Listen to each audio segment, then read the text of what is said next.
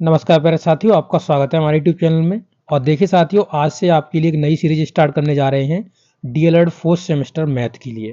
ठीक है, तो ये जितने भी आपके क्वेश्चंस होंगे वो आपके पवन के मॉडल से कराए जाएंगे और सभी क्वेश्चनों का हम डिटेल में यहाँ पे सॉल्यूशन आपको प्रोवाइड कराएंगे।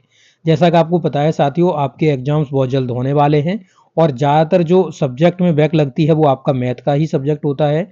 जैसे बहुत सारे लोगों की मैथ में सब्जेक्ट में बैक आती है, तो अगर आप ये सभी वीडियोस देखते हैं डिटेल में, अच्छी तरीके से नोट्स करते हैं जो मैं आपको कॉन्सेप्ट बता रहा हूं, तो आपकी बिल्कुल भी इसमें बैक नहीं लगेगी। साथियों, आप अच्छे से अच्छे नंबर लेकर आएंगे इसमें। तो चलिए साथियों, वीडियो को स्टार्ट करते हैं। अगर आप चैनल पर नए हो तो चैनल को सब्सक्राइब कर लीजिए और इस वीडियो को अपने छोटे बड़े भाई बहनों के साथ शेयर कर दीजिएगा। तो चलिए साथियों, वीडियो को स्टार्ट करते हैं। तो देखिए साथियों, यहाँ पे आप देख सकते हो, ये है आपका डीएलएड फोर्थ सेमेस्टर का पवन का मॉडल। और इसमें जो आपके पहले बहुविकल्पी प्रश्न है उनको आप देख लीजिए। देखिए, पहला जो आपका बहुविकल्पी प्रश्न है उसमें लिखा हुआ है कि आपको यहाँ पे क्यूब रूट बताना है।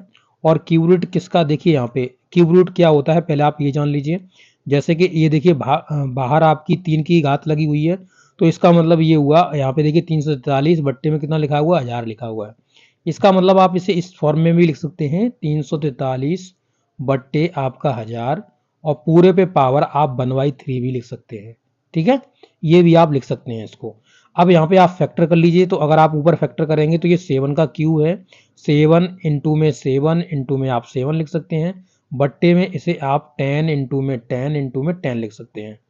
ठीक है, आप जब इसके फैक्टर करेंगे तो यही आएंगे आपके। इसके बाद आपका 1/3 आप इस तरीके से पावर लिख लेंगे। अब यहाँ पे देखिए, इसमें आप यहाँ पे लिख सकते हैं इसको 7 की पावर, इसको आप लिख सकते हैं क्या, 7 की पावर। देखिए, इसे 7 की पावर लिख सकते हैं 7/10, और इन दोनों पे पावर चला सकते हैं आप 3, और इसके मल्टीपल में क्या लग रही थी 1/3, तो 3 से 3 कट जाएगा, यानी आपका 7/10 बचेगा। और यहाँ पर जब 10 से आप डिवाइड दे देंगे तो पीछे से एक स्थान बाद आप पॉइंट लगा देना। ठीक है, क्योंकि 10 है इसलिए, तो आपका 0.7 आपका आंसर हो जाएगा। ठीक है साथियों, तो ये आपका आंसर हो गया। और यहाँ पे या डायरेक्ट आप इस तरीके से समझ लीजिए, अगर रूट में ये 3 पावर है बाहर, तो आपको क्या करना है, यहाँ पर आपको 3 का पेयर बनाना है। तो ऊपर आप 7 इंटू 7 इंटू में 7 करोगे। ठीक है, बट्टे में आपको 10 इंटू में 10 इंटू में 10। ठीक है, तो यहाँ से ऊपर से 3 का पेयर बनेगा, तो इसमें से 7 बाहर निकल जाएगा, और यहाँ से आपका 3 का पेयर बनेगा तो 10 बाहर निकल जाएगा। 10 का इसमें भाग दे दोगे तो 0.7 आपका आ जाएगा। ठीक है साथियों, इस तरीके से आप कर सकते हो। 343 के किस तरीके से फैक्टर करने हैं तो आप इस तरीके से कर सकते हो। 7 का इसमें डिवाइड लगाओगे, तो ये क्योंकि 7 का क्यूब होता है तो मैं डायरेक्ट 7 से डिवाइड कर दे रहा हूँ इसमें। तो ये 7 चौके 28 हो गया, 28 के बाद आपका बच गया यहाँ पे 6 हो गया 63, 7 में 63। फिर आप 7 से डिवाइड लगा दोगे तो ये 7 बार चला जाएगा, फिर 7 से इसे डिवाइड कर दोगे तो ये 1 बार चला जाएगा। तो 7 इंटू 7 इंटू 7 3 बार आपका बन जाएगा। तो इस तरीके से आपका आंसर हो जाएगा 1। ठीक है, चलिए क्वेश्चन नंबर 2 देखिए। क्वेश्चन नंबर 2 में क्या कह रहे हैं कि 3 सिक्कों को एक साथ उछालने पर आपके संभव परिणामों की संख्या आपको बतानी है। तो टोटल आपको परिणाम बताने हैं कि कितने परिणाम टोटल आपके बनेंगे। ठीक है, तो जब 3 सिक्के हैं तो साथियों देखो, तीनों सिक्कों में आपका हेड हेड हेड यानी चित चित चित आ सकता है। ठीक है, अगर तीनों सिक्के एक साथ उछाले तो आपका हेड हेड हेड आ सकता है। अब यहाँ पे देखिए, इसी के बनाता हूं। ठीक है, हेड हेड आपका टेल आ सकता है। अब टेल इसमें प्रवेश कर गया। ठीक है, इसके बाद आप देखेंगे तो अब की बार आपको एक बार हेड लेना है, 2 बार टेल ले लेना है, ये आ सकता है आपका। और आपका क्या बन सकता है कि हेड शुरुआत में हो, बीच में आपका टेल हो और लास्ट में हेड हो। इस तरीके से आपके 4 परिणाम तो ये बन गए हेड से। अब हम टेल टेल से ले लेंगे, तो देखिए पहले टेल टेल टेल, तीनों सिक्कों को एक साथ उछाला तो टेल टेल आ सकता है तीनों पर। फिर आपका क्या आ सकता है, सेम इसी के प्रकार लिख लीजिए, टेल टेल लिखेंगे, फिर आप यहाँ पे हेड लिख सकते हैं। ऊपर के हिसाब से देख लीजिए, यहाँ पे टी की जगह एच आप कन्वर्ट कर देना। ठीक है, फिर आपको क्या लिखना है, टी लिखना है, फिर 2 एच आ सकते हैं, यानी 2 बार 2 पे आ सकता है आपका चित चित आ जाए, और टी का मतलब पट। ठीक है, अब यहाँ पर जो 8वीं फॉर्म बन सकती है, इसकी चौथी और इसकी 8वीं फॉर्म बन सकती है, वो क्या बनेगी, तो वो बनेगी आपकी टेल हो सकता है बाहर, अंदर इसके हेड हो सकता है और बाहर टेल हो सकता है। तो ये टोटल जो फॉर्म बनी है वो कितनी बनी है आपकी, ये देख लीजिए।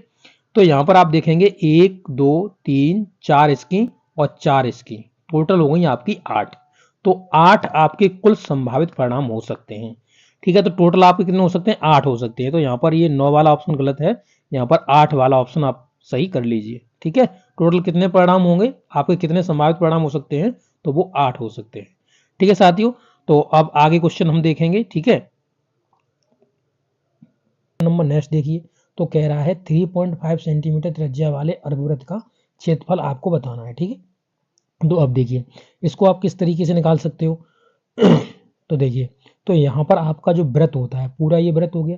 वृत्त में आपको पता होगा कि ये जो आपकी रेडियस होती है वो सेंटर से लेकर के परिधि तक की दूरी होती है। तो ये आपकी रेडियस हो गई, यानी त्रिज्या बोलते हैं इसको। और एक और त्रिज्या मिलाकर के आपका बन जाता है डायमीटर। डायमीटर का मतलब हो गया व्यास। ठीक है, तो ये आपका होता है। यहाँ पर देखेंगे जो परिधि होती है, जो देखिए ये जो आपको दिख रही है किनारे किनारे से, ये सभी आपकी परिधि है। क्या है साथियों? ये आपकी परिधि है। तो यहाँ पर ये जो बार बार साइड से जो बन रही है बाउंड्री, ये आपकी परिधि है। और परिधि को यहाँ पर इंग्लिश में कहेंगे सरकमफ्रेंस बोलते हैं, और हिंदी में इसे परिधि बोलते हैं। परिधि, ठीक है, ये परिधि बोली जाती है। यहाँ पर इसका फिर क्षेत्रफल हो गया, एक क्षेत्रफल का आपका हो जाएगा। ठीक है, क्षेत्रफल क्या होगा? तो देखिए क्षेत्रफल इसके अंदर का जो भी पार्ट है, ये देखिए जितना भी ये क्षेत्र घिरा हुआ है, इससे टोटल पूरा ये अंदर का क्षेत्रफल है। तो क्षेत्रफल का क्या सूत्र होता है? क्षेत्रफल का सूत्र होता है पाई आर स्क्वायर। ठीक है, ये पाई आर स्क्वायर होता है। परिधि का क्या होता है? 2 पाई आर। ठीक है, और रेडियस डायमीटर आपको हमने बता ही दिया। अब देखिए यहाँ पर अर्धवृत्त पूछा हुआ है, तो अर्धवृत्त का मतलब हो गया इस तरीके से, आधा वृत्त ले लो आप, आधा हटा दिया, आधा वृत्त ले लिया आपने।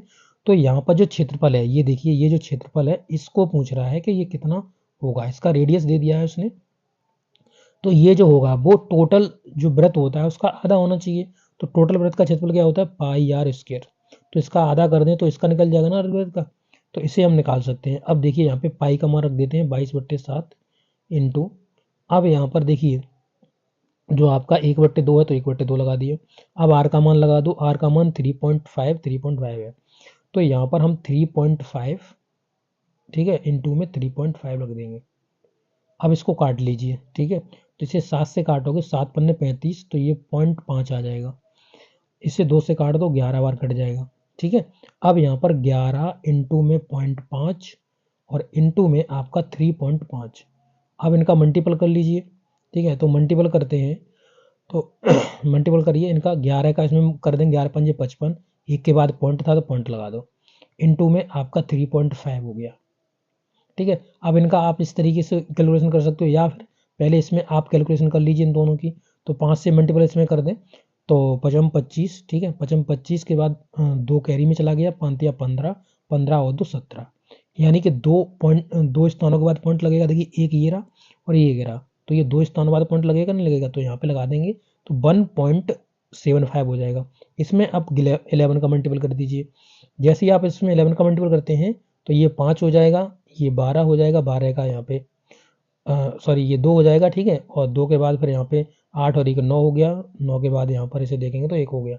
तो यानी ये हो जाएगा पूरा, 2 के बाद पॉइंट लगना है, तो 19 पॉइंट आपका 25, ये आपका मल्टीपल हो गया।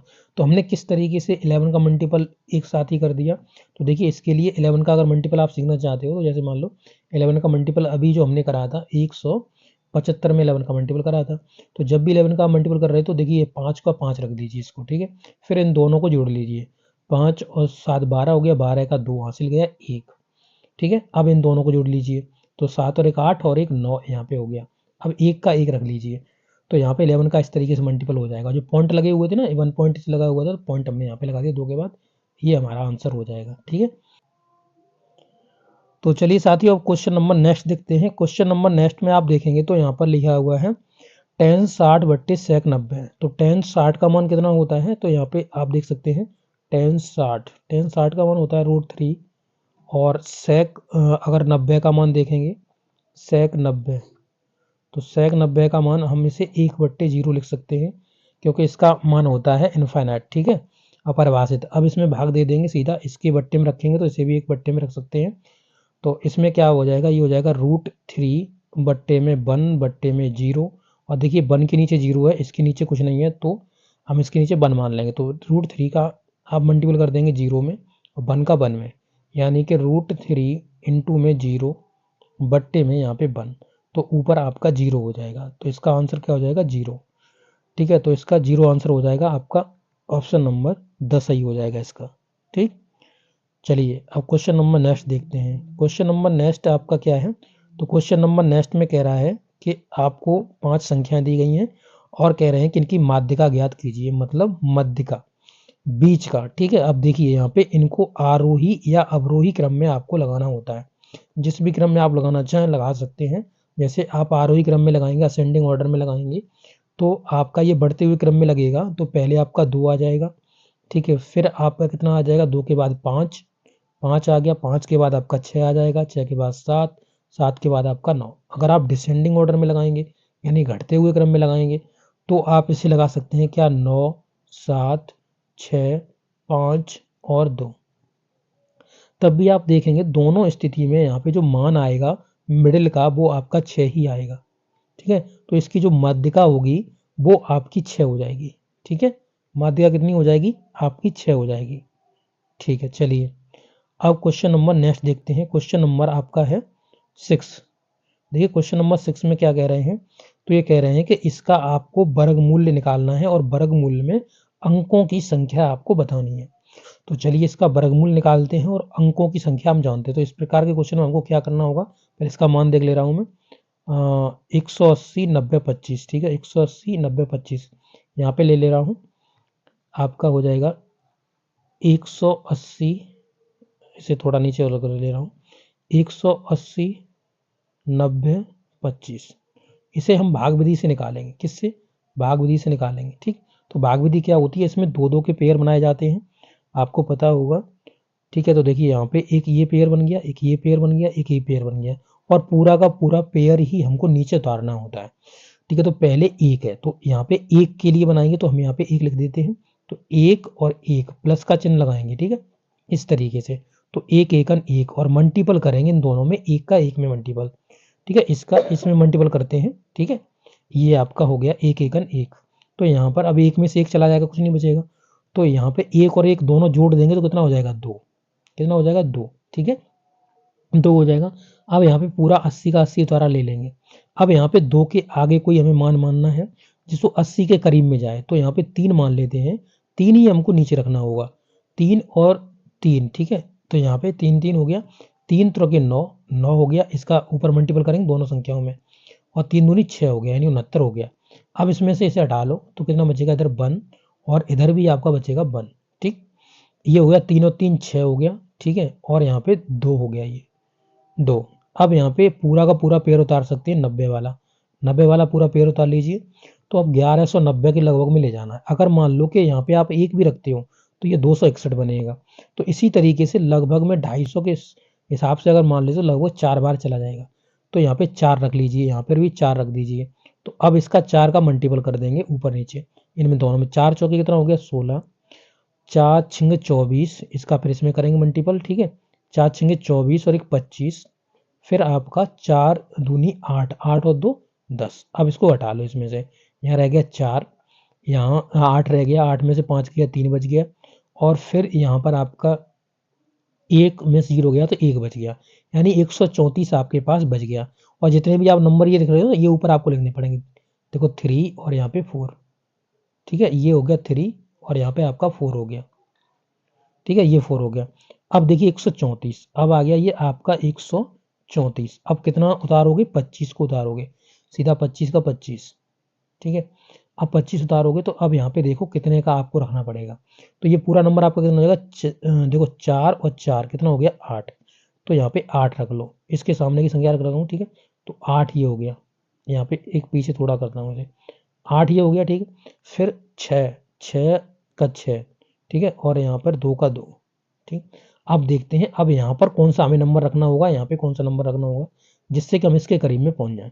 तो आपको देखिए यहाँ से आपको पता चल रहा है कि लगभग में आपको 5 रखना है। 5, 5 इधर रखोगे, प्लस लगाओ। अब 5 का मल्टीपल कर दो, 5 25, 25 की 5, और 5 और 2 40 और 2 42, और 5 6 की 30, 30 और 4 34 आपका हो गया। 5 दूनी 10, 10 और 3 13। तो ये देखिए कंप्लीटली यहाँ पे कट जाता है। तो ये जो आपका ऊपर 5 एक बार रखोगे यहाँ पे, ये आपके 5 हो गए। ठीक है, तो ये जो आपका है, अब इसे हम किस तरीके से रख सकते हैं, तो आपको ये मिल रहा है। जो आंसर आपका आ गया ये आ गया 1 3 4 5, ये आपका आंसर है। यानी अगर हम इसे रूट में रखते हैं, जैसे ये जो आपको बताया था 180 90 25, ठीक है। आज जब इसको आप रूट में रखोगे, रूट में इस तरीके से 2 का पेयर बनाओगे तभी तो वर्गमूल निकलेगा। तो यहाँ पर जो आपको रखना है, तो यहाँ पर आप क्या रखोगे 1 3 4 5 गुणा में 1 3 4 5, ठीक है। दोनों का पेयर बनेगा, फिर एक निकल जाएगा 1 3 4 5, ये आपका हो जाएगा। अगर ये वर्गमूल हो गया इसका ये वर्गमूल हो गया 1 3 4 5, और ये कितनी संख्या है, ये संख्या आपकी है 4, तो 4 वाला आपका ऑप्शन सही होगा।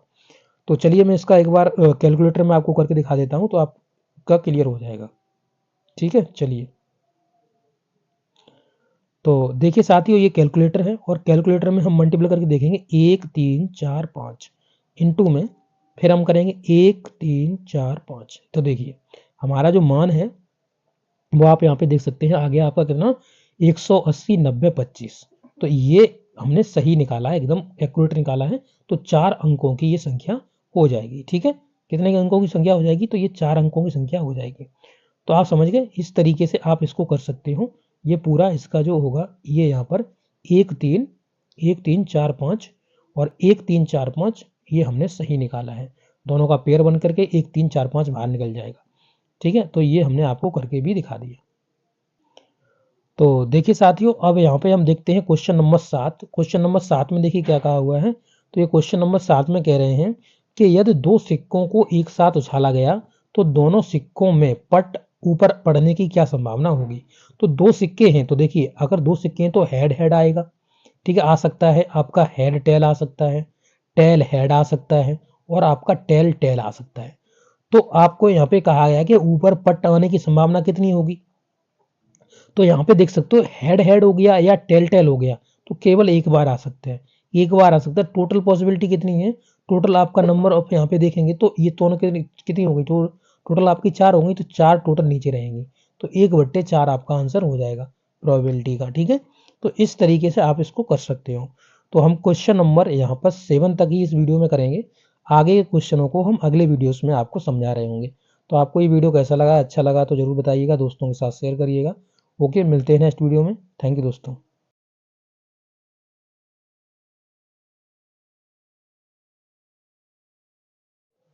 नमस्कार प्यारे साथियों, आपका स्वागत है हमारे यूट्यूब चैनल में। और देखिए साथियों, मैंने आपके लिए डीएलएड 4th सेमेस्टर के लिए जो आपका पवन का मॉडल है उससे मैथ को सॉल्यूशन कराना स्टार्ट किया है और आपको डिटेल में समझाना स्टार्ट किया है, जिसमें आपका एक वीडियो मैं ऑलरेडी अपलोड कर चुका हूँ और ये सेकंड वीडियो है जिसमें हम बहुविकल्पी प्रश्नों को डिटेल में डिस्कस कर रहे हैं, ताकि आपका जो सिलेबस है बहुत जल्दी कवर करा करके आप एग्जाम में अच्छा प्रदर्शन कर पाएँ। तो मैं बहुत जल्दी कवर कराने का प्रयास कर रहा हूँ यहाँ पे। ठीक है, तो आपको पहला वीडियो जरूर देखना है, उससे आपको बहुत कुछ पता चल जाएगा कि किस तरीके से हम क्वेश्चंस को करा रहे हैं और किस तरीके से आपको डिटेल में समझा रहे हैं। तो चलिए साथियों, वीडियो को स्टार्ट करते हैं। आशा करते हैं आपने पहले का वीडियो देखा होगा। अगर आप चैनल पर नए हो तो चैनल को सब्सक्राइब कर लीजिएगा और इस वीडियो को जरूर से लाइक करके अपने छोटे बड़े भाई बहनों के साथ शेयर कर दीजिएगा। चलिए साथियों, वीडियो को स्टार्ट करते हैं। तो देखिए साथियों, हमने इससे पहले के वीडियो में क्वेश्चन नंबर 7 तक आपको डिस्कस करा दिया है। अब क्वेश्चन नंबर 8 हम यहाँ पे देखते हैं। क्वेश्चन नंबर 8 में क्या कहा हुआ है, तो आप अपनी स्क्रीन पे क्वेश्चन नंबर 8 देख सकते हो। यहाँ पे लिखा हुआ है कि लंबृति बेलन और लंबृति शंकु के आधार की त्रिज्या तथा ऊंचाई दोनों समान है। तो बताया है कि जो उनके वॉल्यूम्स होंगे यानी आयतन होंगे उनमें क्या अनुपात होगा। तो पहले हम जान लेते हैं, थोड़ा इंफॉर्मेशन ले लेते हैं लंबृति बेलन के बारे में और लंबृति शंकु के बारे में। तो देखिए ये साथियों आपका है लंबृति बेलन जो हम बना रहे हैं। ठीक है, ये लंबृति बेलन है और यहाँ पर हम लंबृति शंकु बेलन बना लें पहले, इसके बाद हम शंकु बनाएंगे। ठीक है, तो ये लंबृति बेलन बना दिया मैंने और यहाँ पर मैं शंकु बना रहा हूँ।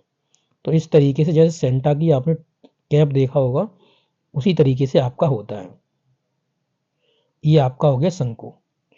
तो अब यहाँ पे आप देखेंगे तो इसने ये कहा कि जो आपका इनके आधार की जो त्रिज्या है, जैसे अगर आप लंबृति बेलन में देखेंगे तो ये इसकी आधार की त्रिज्या हो गई। ठीक है, ये रेडियस हो गई, और यहाँ पर इसमें देखेंगे शंकु में देखेंगे तो ये रेडियस हो गई। दोनों की रेडियसेस समान है और इसमें जो ऊंचाइयां हैं वो भी समान है, जैसे इसकी h हो गई, इसकी भी आपकी h हो गई, ये दोनों आपकी समान है। तो कहा है कि अब बताइए कि आयतनों के बीच में क्या अनुपात होगा। तो आपको आयतन का सूत्र पता होना चाहिए। तो पहले आपको आयतन लगाना है लंबवृत्तीय बेलन का। तो लंबवृत्तीय जो बेलन होता है उसका आयतन होता है साथियों पाई आर स्क्वायर एच। ठीक है, ये आपका होता है। और इसके बाद जो आपका दूसरे लगाएंगे आप शंकु का आयतन। तो देखिए जो शंकु है ना वो लंबवृत्तीय बेलन में आप अगर आप अगर सही से देखते हैं तो यहाँ पे जैसे इस तरीके से आप इसको एक बार कर दीजिए ड्रॉ, इस तरीके से। तो आपको देखो एक शंकु तो ये दिख रहा होगा, ये वाला आपको पूरा दिख गया शंकु। ठीक है, एक शंकु यहाँ पर बनेगा, एक शंकु यहाँ पर बनेगा। तो लगभग आपके 3 शंकु इसमें बन जाते हैं। ठीक है, 3 शंकु बन जाते हैं तो यानी कि आपको एक बेलन से 3 शंकु बन जाते हैं। तो यानी आपका थर्ड पार्ट शंकु कहलाता है। तो यानी इसके आयतन का थर्ड पार्ट। तो 1/3 करोगे पाई आर स्क्वायर एच, ये करोगे तो ये जो होता है शंकु का आयतन वो बेलन के आयतन का 1/3 होता है। ठीक है, अब आपको बता दिया किस तरीके से, आप इस तरीके से याद करते हो तो आपको अच्छे से याद रहेगा। तो अब आपको क्या करना है, देखिए इन सब से ये सब कट गए। यहाँ पे देख सकते हो ऊपर वाले के नीचे कुछ नहीं था तो एक मान लिया, ऊपर वाले के नीचे कुछ नहीं था तो एक मान लिया। पहले का आप गुणा करते हो चौथे से और दूसरे का गुणा करते हो पहले तीसरे वाले से। तो आप देख सकते हो यहाँ पर आपका 1 इंटू में 3 बट्टे में 1 इंटू में 1, तो बराबर में कितना हो जाएगा आपका 3 हो जाएगा। ठीक है, तो आपका ये हो जाएगा आंसर। ठीक है, तो साथियों आपको ये समझ में आ गया किस तरीके से ये क्वेश्चन को आप कर सकते हो। तो आपका कितना आ जाएगा 3। ठीक है, ये 3 बट्टे 1 हो गया तो आप इसे 3 लिख सकते हो, ये आपका आंसर हो जाएगा। ठीक है, इसके बारे में मैंने आपको समझा दिया। आगे चलिए चलते हैं और आगे जो क्वेश्चन है आप देख लीजिए। यहाँ पे क्वेश्चन नंबर 9 और कह रहा है कि साइन स्क्वायर 45 का प्लस में कॉस स्क्वायर 30 का मान आपको बताना है। तो साइन 45 का मान कितना होता है 1/√2। ठीक है, 1/√2 होता है, इसका स्क्वायर करना है आपको। फिर कह रहा है कि कॉस स्क्वायर 30 का बताइए। कॉस स्क्वायर 30 प्लस में रखना है तो प्लस में इसका मान रख लेते हैं। तो ये साइन 60 का उल्टा होता है, तो यानी साइन 60 का जो मान होता है वो इसका होता है। तो ये रख सकते हैं हम √3/2 का होल स्क्वायर। अब इसको करेंगे तो ये हो जाएगा √2 और √2 का 2 बार मल्टीपल करोगे तो 2 निकल जाएगा, प्लस यहाँ पर आप देख सकते हैं √3 का करोगे तो यहाँ पे 3 निकल जाएगा, बट्टे में आपका 2 का वर्ग हो जाएगा 4। अब यहाँ पे एलसीएम ले लीजिए 4, तो फिर यहाँ पर 1 इंटू 2 2 जा 4 हो जाएगा तो 2 ऊपर निकल जाएगा, प्लस यहाँ पे 3 इंटू में 4 1 जा 4। तो ये आपका हो जाएगा कितना, ये हो जाएगा 2 प्लस में 3 बट्टे में 4, यानी कि आपका हो गया 5/4। ये आपका आंसर हो जाएगा, 5/4 वाला आपका आंसर हो जाएगा। ऑप्शन नंबर सी आपका आंसर हो जाएगा। ठीक है, चलिए और क्वेश्चन नंबर नेक्स्ट देखते हैं। Question number 10। देखिए क्वेश्चन नंबर 10 में क्या कहा हुआ है, कह रहे हैं क्वेश्चन नंबर 10 में, आप नीचे क्वेश्चन नंबर 10 को देख सकते हो। कह रहे हैं कि यदि किसी वर्ग की लंबाई और चौड़ाई दोनों में 50% की वृद्धि कर दी जाए तो वर्ग के क्षेत्रफल में कितने परसेंट की वृद्धि हो जाएगी, सॉरी कितने गुना वो बढ़ जाएगा। तो आप देखिए जैसे वर्ग होता है तो वर्ग की हर एक भुजा समान होती है। तो यहाँ पर मान लेते हैं हम कोई भी एक भुजा मान लेते हैं वर्ग की कि यहाँ पे 10 सेंटीमीटर की दी गई है, तो ये भी 10 की होगी, ये भी 10 की होगी और ये भी 10 की होगी। तो ये आपकी चौड़ाई हो गई, ये आपकी लंबाई हो गई, समान होती है, उससे कोई मतलब नहीं है। दोनों का मल्टीपल कर देंगे तो कितना हो जाएगा हमारा, ये एरिया निकल जाएगा। तो एरिया अगर निकालें 10 इंटू 10, 10 इंटू में 10 बराबर में हो गया आपका 100 आपका एरिया हो गया। अब कह रहा है कि हमने क्या करा है कि दोनों की लंबाई और चौड़ाई हमने बढ़ा दी है 50%। तो 10 का 50% बढ़ाओगे तो कितना बढ़ जाएगा, 5 बढ़ जाएगा, यानी 15 हो जाएगी। ये भी 15 हो जाएगी, इस तरीके से 15 15। तो अब यहाँ पे नया एरिया निकालेंगे। जैसे ये ए था तो इसे A1 मान लीजिए। तो यहाँ पे 15 इंटू में 15 का मल्टीपल करोगे तो कितना हो जाएगा, 15 15 225। ठीक है, 225 हो जाएगा।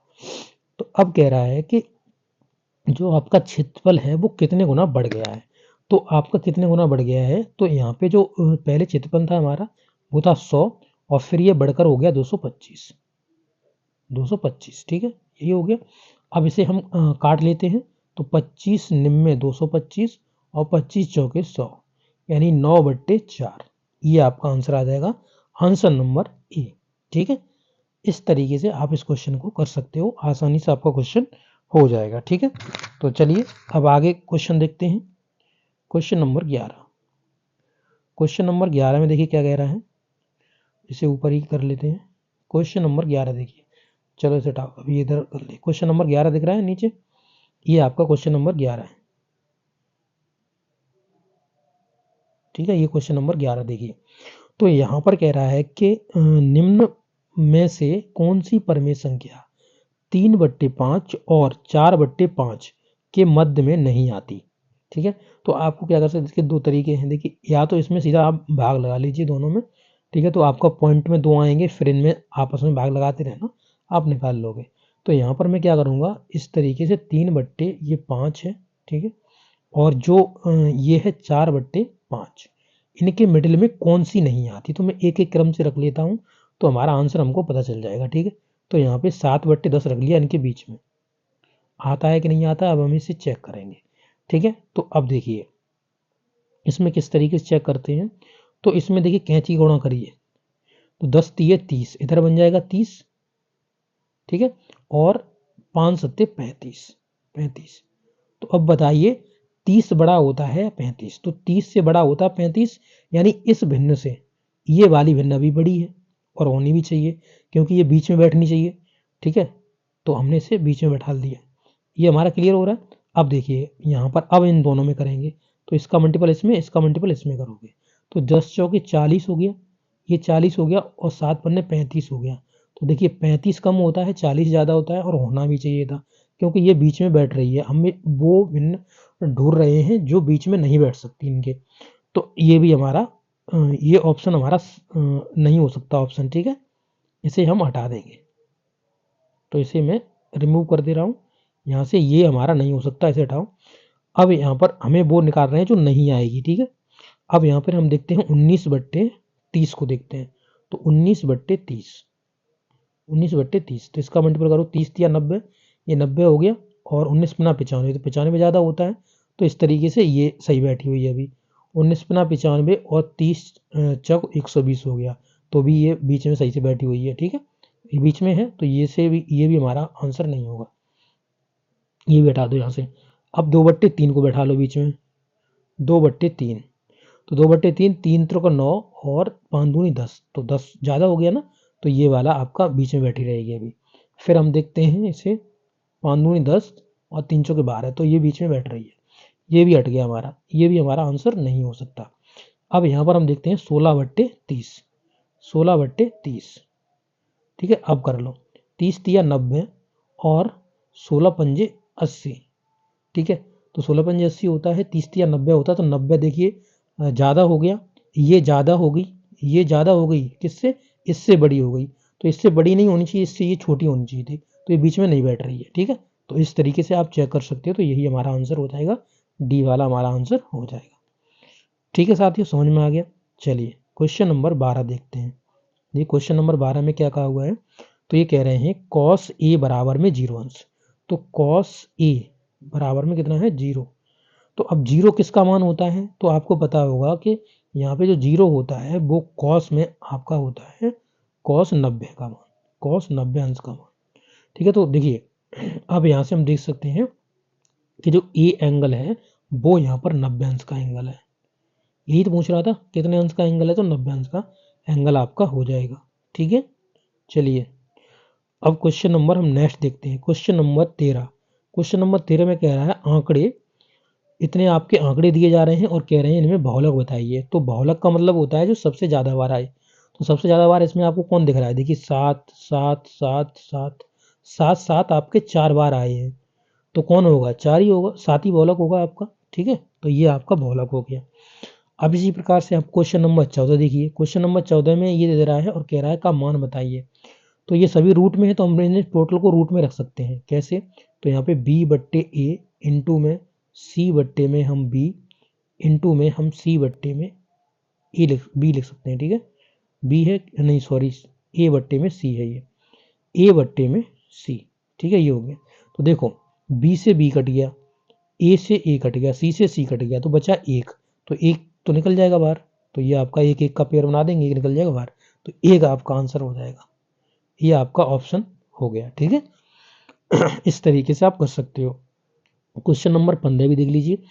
एक वृत्त का व्यास 12 सेंटीमीटर है, तो वृत्त की परिधि आपको बतानी है। तो वृत्त के बारे में मैंने आपको बताया है, जो इसका व्यास होता है वो रेडियस का दोगुना होता है, यानी आर मिलकर के ये व्यास बनता है, और इसकी जो परिधि होती है वो 2πr होती है, जिसे हम सरकमफ्रेंस बोलते हैं। ठीक है साथियों, तो अब यहाँ पर देखिए आपको व्यास दिया गया है, आपको कितना 12 दिया गया है। तो यहाँ पे आप देख सकते हो जो परिधि होती है, परिधि परिधि होती है वो आपकी कितनी होती है 2πr, और आपको पता होगा 2r मिला करके अब व्यास बन जाएगा, इनटू में आपकी पाई है। तो व्यास आपका कितना दिया 12, और पाई का पाई रख दो, तो 12 पाई, ये 12 पाई आपका आंसर हो जाएगा। ठीक है, तो इस तरीके से आप इस क्वेश्चन को कर सकते हो। तो अब हम इस वीडियो में आपके क्वेश्चन नंबर 15 तक ही रहने देंगे। आगे के वीडियो में हम क्वेश्चन नंबर 16 से आगे स्टार्ट करेंगे आपके लिए। तो आपको ये वीडियो कैसा लगा है, अच्छा लगा तो जरूर अपने दोस्तों के साथ शेयर करिएगा। मैंने किस तरीके से एक्सप्लेन किया है, अच्छी तरीके से एक्सप्लेन किया कि नहीं किया, ये भी आप हमको जरूर बताइएगा साथियों। ओके, चलिए मिलते हैं नेक्स्ट वीडियो में। थैंक यू दोस्तों। नमस्कार प्यारे साथियों, आपका स्वागत है हमारे यूट्यूब चैनल में। और देखिए साथियों, हम आपको डीएलएड 4th सेमेस्टर के लिए मैथ करा रहे हैं, जिसमें हम आपका पवन का जो मॉडल है उसके आपके बहुविकल्पी क्वेश्चंस आपको करा रहे हैं। और यहाँ पर सभी बहुविकल्पी क्वेश्चनों को बहुत ही डिटेल में और अच्छी तरीके से आपको समझाया जा रहा है, ताकि आपका सिलेबस बहुत जल्दी कंप्लीट हो जाए और आप अपना पेपर में जाकर के अच्छा प्रदर्शन कर सकें। क्योंकि आपको पता होगा साथियों कि आपका ये चतुर्थ सेमेस्टर है, और आपको बिल्कुल भी लापरवाही नहीं बरतनी है। अगर आप लापरवाही बरतोगे तो आपकी यहाँ पे बैक लग सकती है। अगर आपकी बैक लगती है तो आप शिक्षक भर्ती में शामिल नहीं हो पाओगे। तो ज़रूर से सीरियस तरीके से आप इन वीडियोस को देखिएगा, अच्छे तरीके से मेहनत करिएगा, ताकि आपको बिल्कुल भी बैक का सामना ना करना पड़े। तो चलिए साथी, वीडियो को स्टार्ट करते हैं। अगर आप चैनल पर नए हो तो चैनल को सब्सक्राइब कर लीजिएगा, और इस वीडियो को लाइक करते हुए अपने छोटे बड़े भाई बहनों के साथ शेयर कर दीजिएगा। तो चलिए साथी, वीडियो को स्टार्ट करते हैं। तो देखिए साथियों, हम अभी तक आपको क्वेश्चन नंबर 15 तक करा चुके हैं। 2 वीडियो आपको दी गई हैं, जिसमें से पहली वीडियो में 7 क्वेश्चन कराए, दूसरी वीडियो में आपको हमने 8 क्वेश्चन कराए। ठीक है, तो हम छोटा सा ही वीडियो रखते हैं और आपको सब यहाँ पे करा देते हैं। ठीक है, अब देखिएगा यहाँ पे लिखा हुआ है क्वेश्चन नंबर 16। देखिए, एक समांतर समचतुर्भुज है, उसके अंतः कोणों का आपको योग बताना है। ठीक है, तो ये आपका रोम्बस है। तो यहाँ पर अगर आप देखेंगे तो कोई भी चतुर्भुज हो, ठीक है, अभी ये समांतर समचतुर्भुज की बात नहीं कर रहा हूँ, आपको कोई भी चतुर्भुज हो, तो चतुर्भुज का हमेशा जो आपका अंतःकोण बनते हैं, जैसे ये और ये मिला करके, ये 4 और 360 अंश के होते हैं। कितने? 360 अंश के होते हैं। तो सिंपल क्वेश्चन है, तो ये आपका 4 समकोण हो जाएगा। क्यों? क्योंकि देखो समकोण होता है 90 का, और 90 में आप 4 का गुणा करोगे तो ये आपका 360 अंश हो जाएगा। ठीक है, इस तरीके से आप निकाल सकते हो। क्वेश्चन नंबर दूसरा देखिए, क्वेश्चन नंबर 17 में देखिए क्या कह रहे हैं। कह रहे हैं कि परमेय संख्या आपकी इतनी है माइनस का 32 बट्टे में 100 माइनस का, और कह रहे हैं कि इनका सरलतम रूप बताइए। देखिए, माइनस से माइनस काट लीजिए, और इसमें जब तक भाग जाता है दोनों संख्याओं में कॉमन नंबर से, तब तक हमको देना है। देखिए 4 से कर दो, 4 बट्टू 32 होता है, 4 से करेंगे तो ये 25 टाइम्स कट जाएगा। ठीक है, तो ये हो जाएगा आपका 8 बच्चे 25। ठीक है, इससे अब ये सिंप्लीफाई नहीं हो सकता बिल्कुल भी ज़्यादा, तो ये आपका हो जाएगा 8 बच्चे 25, ये आपका आंसर हो जाएगा। ठीक है, चलिए थोड़ा सा छोटा करता हूँ। अब देखिएगा क्वेश्चन नंबर 18। क्वेश्चन नंबर देखिए 18 में क्या कह रहा है ये देखिए सभी क्वेश्चंस आए हुए हैं, 2019 में आया हुआ है ये। ठीक है, अब देखिए साथियों, क्वेश्चन नंबर हम देखते हैं कौन सा, 18वां। क्वेश्चन नंबर 18 में क्या कहा गया है कि ये जो संख्या दी गई इसका घनमूल्य आपको निकालना है, यानी क्यूब रूट आपको निकालना है इसका। तो अब किस तरीके से निकाल सकते हैं, अगर आप यहाँ पे देखेंगे तो यहाँ पे दिया हुआ है 0.00000, ठीक है, यहाँ पर 30501, ये आपको दिया गया है, और कहा है कि इसका क्यूब रूट निकालिए। तो क्यूब रूट इस तरीके से आपने इसका निकाल सकते हैं। तो अब आपको क्या करना है, इसका पॉइंट हटाना है। पॉइंट हटा करके आपको यहाँ पे एक, इसके आगे का 1 मानना है, इसके बाद जितना भी जीरो जीरो लगा दो इधर। तो ये 6 अंक हो गए, तो 6 अंक का 6 जीरो लगा दो। ठीक है, 6 जीरो यहाँ पे लगा दो, ये लगा दिया, आपका ये बन गया। अब ऊपर से तो एक एक का फैक्टर निकाल सकते हैं, और नीचे से आपका पेयर बन जाएगा कितने का, तो 100 100 का पेयर बन जाएगा। देखो 100 100 का पेयर बन जाएगा। तो यहाँ पर कितना निकल जाएगा, ऊपर से आप यहाँ पे इसे लिख सकते हो क्या, 1/, यहाँ पे लिख सकते हो 100 इंटू में 100 इंटू में 100, ठीक है, ये आपका हो गया इस तरीके से। तो यहाँ से ऊपर से 1/, यहाँ पर 100 निकल जाएगा, ठीक है, क्योंकि ये क्यूब रूट है। तो इसमें आप जब भाग लगाएंगे, तो मैंने कहा था 100 से भाग लगा रहे हो तो 2 स्थानों बाद पीछे से भाग लगाना है, मतलब पॉइंट रखना है। तो एक अब है नहीं है स्थान, तो पॉइंट लगा लो, 0 लगा दो, 0 के बाद पॉइंट लगा दो, तो 0.01 ये आपका हो जाएगा, ठीक है। तो इस तरीके से आप इसका मान निकाल सकते हो। तो ये कौन से में आंसर है, ये आपका ऑप्शन नंबर बी आंसर है। इस तरीके से आप इसका आंसर निकाल सकते हो, ठीक है। तो चलिए साथियों, अब हम देखते हैं क्वेश्चन नंबर आपका 19। देखिए क्वेश्चन नंबर 19 में क्या कह रहा है। तो क्वेश्चन नंबर 19 में कह रहा है कि समीकरण 3x बराबर 6, 3x बराबर में 6, और कह रहा है कि 4x प्लस में y बराबर में 14। तो यहाँ पे कह रहा है कि y का मान आपको बताना है कि y का मान क्या आएगा। तो यहाँ से हम x का मान निकाल सकते हैं, 3 दूनी 6, तो x बराबर आ गया आपका 2। तो अब 2 जो x आ गया वो इस समीकरण में वैल्यू रख दो। तो 4 इंटू में 2 x की जगह रख दिया, प्लस में 22 बराबर में आपका 14 है। तो 4 दूनी 8 हो गया, और ये 8 उधर जाके हट जाएगा, यानी कि यहाँ पर 22 बराबर लिख सकते हैं 14 माइनस के 8, तो बराबर में कितना बचेगा 6। तो 6 आंसर हो जाएगा 22 का।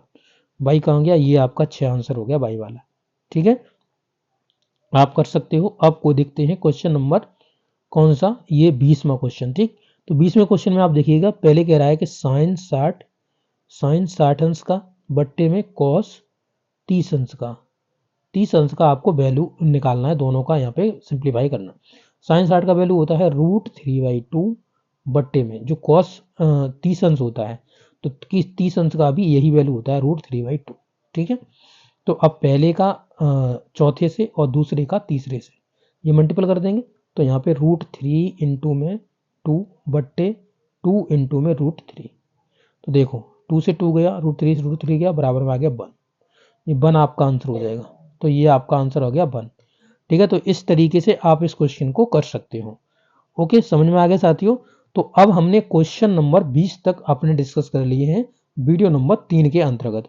तो आपको सभी क्वेश्चन समझ में आ गए होंगे, इनका सॉल्यूशन समझ में आ गया होगा। चलिए अब नेक्स्ट वीडियो में क्वेश्चन नंबर 21 से हम आगे स्टार्ट करेंगे। ओके, तो आपको ये वीडियो कैसा लगा है, अच्छा लगा तो अपने दोस्तों के साथ जरूर शेयर करिएगा। मिलते हैं नेक्स्ट वीडियो में साथियों। ओके, थैंक यू दोस्तों। नमस्कार प्यारे साथियों, आपका स्वागत है हमारे यूट्यूब चैनल में। और देखिए साथियों, हम आपको डीएलएड 4th सेमेस्टर के लिए मैथ करा रहे हैं, जिसमें आपके 3 वीडियो में आपको ऑलरेडी अपलोड कर चुका हूं। और अभी जो आपके क्वेश्चंस कराए जा रहे हैं वो आपके बहुविकल्पी प्रश्नों को कराया जा रहा है। ये बहुविकल्पी प्रश्न बेशक ही हैं, परंतु मैं आपको इनको डिटेल में करा रहा हूँ, आपको अच्छे से इनको समझा रहा हूँ, ठीक है। तो आपने इससे पहले के वीडियोस नहीं देखे तो आप जरूर देख लीजिएगा। साथियों, ये जो आपका डीएलएड 4th सेमेस्टर का आपका ये जो मैथ है, ये मैथ सब्जेक्ट ऐसा है जिसमें ज़्यादातर लोगों की बैक लग जाती है। अब देखिए बैक क्यों लगती है, कुछ लोग तो लापरवाही दे देते हैं, उन्हें लगता है कि हमें मैथ बहुत ज़्यादा आ रहा है और एग्जाम में जा करके वो वहाँ पे फेल हो जाते हैं। तो आपको हर एक वीडियो को अच्छी तरीके से देखना है, नोट करने हैं। आपको जितने भी मैं पॉइंट्स एक्स्ट्रा बता रहा हूँ आपको नोट करने हैं, ठीक है। और यहाँ पे आप अपने आप को चेक भी कर पाते हो क्योंकि क्वेश्चन आपका हर एक क्वेश्चन डिफरेंट होता है। आपके सेम क्वेश्चन नहीं चलते, कोई चैप्टर नहीं चल रहा है, इसमें सभी चैप्टर से रिलेटेड आपके क्वेश्चंस आते हैं और आपका रिवीजन भी बहुत अच्छी तरीके से हो जाता है। तो आपके लिए मैंने सीरीज खुद चलाई हुई है, तो आप इसको जरूर देखिएगा और अपने छोटे बड़े भाई बहनों के साथ जरूर भी शेयर करिएगा। तो चलिए साथी वीडियो को स्टार्ट करते हैं। और ये वीडियो नंबर हमारा 4 है। इससे पहले हम वीडियो नंबर 3 तक आपको अपलोड कर चुके हैं और हम 20 क्वेश्चन आपके करा चुके हैं। आज 21वें क्वेश्चन से आगे बढ़ेंगे और हम चलिए क्वेश्चंस करते हैं।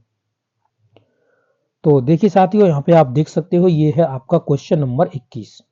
क्वेश्चन नंबर 21 में आप देखेंगे तो लिखा हुआ है कि 7 पे पावर आपका लिखा हुआ है 1/5, ठीक है। नीचे देखेंगे तो 7 पे पावर आपका 1/3 लिखा हुआ है। इसे आपको सही करना है, दोनों का बेस समान है तो हम इसमें एक ही बेस रख सकते हैं। अब ये जो पावर्स हैं, ये नीचे जो आपकी 1/3 पावर है 7 पर, ये ऊपर जाकर के माइनस में कन्वर्ट हो जाएंगी, दोनों का बेस समान होंगे। देखिए 1/5 ऐसे लिख सकते हैं, और ये जो 7 पे पावर है उसे हम ऊपर जाके लिख देंगे माइनस का 1/3, ठीक है। अब दोनों के बेस समान है तो दोनों को एक साथ लिख सकते हैं, यानी कि हम लिख सकते हैं 7 पे पावर 1/5 माइनस का 1/3। ठीक है, ये हम लिख सकते हैं। अब पावर्स में एलसीएम ले लेंगे हम इन दोनों का, तो ये 15 एलसीएम हो जाएगा। यहाँ पर ये 3 और माइनस का ये 5, तो ये आ जाएगा आपका 7 पे पावर माइनस का 2/15। ये आपका आंसर हो जाएगा। तो यहाँ पर अभी सही तरीके से विजुअल नहीं है, देखो साथियों, तो यहाँ पे जो माइनस वाला नंबर होगा वही आपका आंसर होगा। ठीक है, तो यहाँ पे ये माइनस जरूर होगा क्योंकि ये ऑप्शन नंबर बी दे रहे हैं, तो यही आपका आंसर हो जाएगा। ठीक है, चलिए क्वेश्चन नंबर हम देखते हैं 22। क्वेश्चन नंबर देखिए 22 में क्या कहा हुआ है, कह रहे हैं कि कॉट 30 अंश और बट्टे में दे रहे हैं tan 45 अंश। tan 45 अंश का आपको इन दोनों को सॉल्व करना है। तो कॉट 30 अंश यानी कि आपका tan का उल्टा होता है, तो tan आपका होता है 30 अंश का मान होता है कितना, 1/√3। तो ये उल्टा जाएगा, तो ये बन जाएगा √3। ठीक है, √3। और tan 45 का मान कितना होता है, तो tan 45 का मान आपका 1 होता है। कितना होता है साथियों, 1 होता है। तो अब यहाँ पर देखेंगे तो आपका केवल √3 आपका आंसर बन जाएगा। केवल कितना, √3 आपका आंसर बन जाएगा। तो ऑप्शन नंबर बी आपका हो जाएगा। यहाँ पे आप देख सकते हो ऑप्शन नंबर बी आपका हो जाएगा √3। ठीक, चलिए अब क्वेश्चन नंबर हम देखते हैं 23वां। क्वेश्चन नंबर 23 में देखिए क्या कह रहा है, तो कह रहे हैं देखिए हर ये आपके रिपीट होते हैं क्वेश्चंस, देख सकते हो 2018 में आया हुआ, हर एक सन में आए हुए क्वेश्चंस ही है ये। देखिए किसी वृत्त का क्षेत्रफल आपका है 8800 सेंटीमीटर स्क्वायर। तो वृत्त की आपको त्रिज्या बतानी है। तो आपको पता होगा जो वृत्त होता है, वृत्त का आपका क्षेत्रफल होता है πr², और यही बराबर में आपको दिया हुआ है 8800। ठीक है, यही दिया हुआ है। तो अब आपको क्या करना है, यहाँ से आपको त्रिज्या निकालनी है। तो यहाँ पे केवल रेडियस रख देंगे, रेडियस छोड़ देंगे, इधर पाई ले जाएंगे। तो 88, ठीक है, 00 लगा दो, और पाई इधर बट्टे में जाएगी। जैसे अगर एक बात चाहो तो बट्टे में लिख लो, इस तरीके से पाई बट्टे में लिख दो। अब इसका मान लिख देंगे हम, तो 8800 बट्टे में यहाँ 22, और जो नीचे बट्टे में 7 आएगा वो ऊपर पहुंच जाएगा। 22 इसको काट दो, तो 22 चौक 88 होता है। तो यानी 400 इधर से बच जाएगा। ठीक है, 400 इंटू में 7 हो जाएगा। ओके साथियों, अब यहाँ पर आप देखेंगे तो ये r² बराबर आया है। कितना आया, r² बराबर, यानी r² बराबर आ गया आपका 400 इंटू में आपका 7 आ गया। अब r का वैल्यू निकालोगे तो ये रूट में चले जाएंगे दोनों, तो 400 इंटू में आपका 7 हो जाएगा।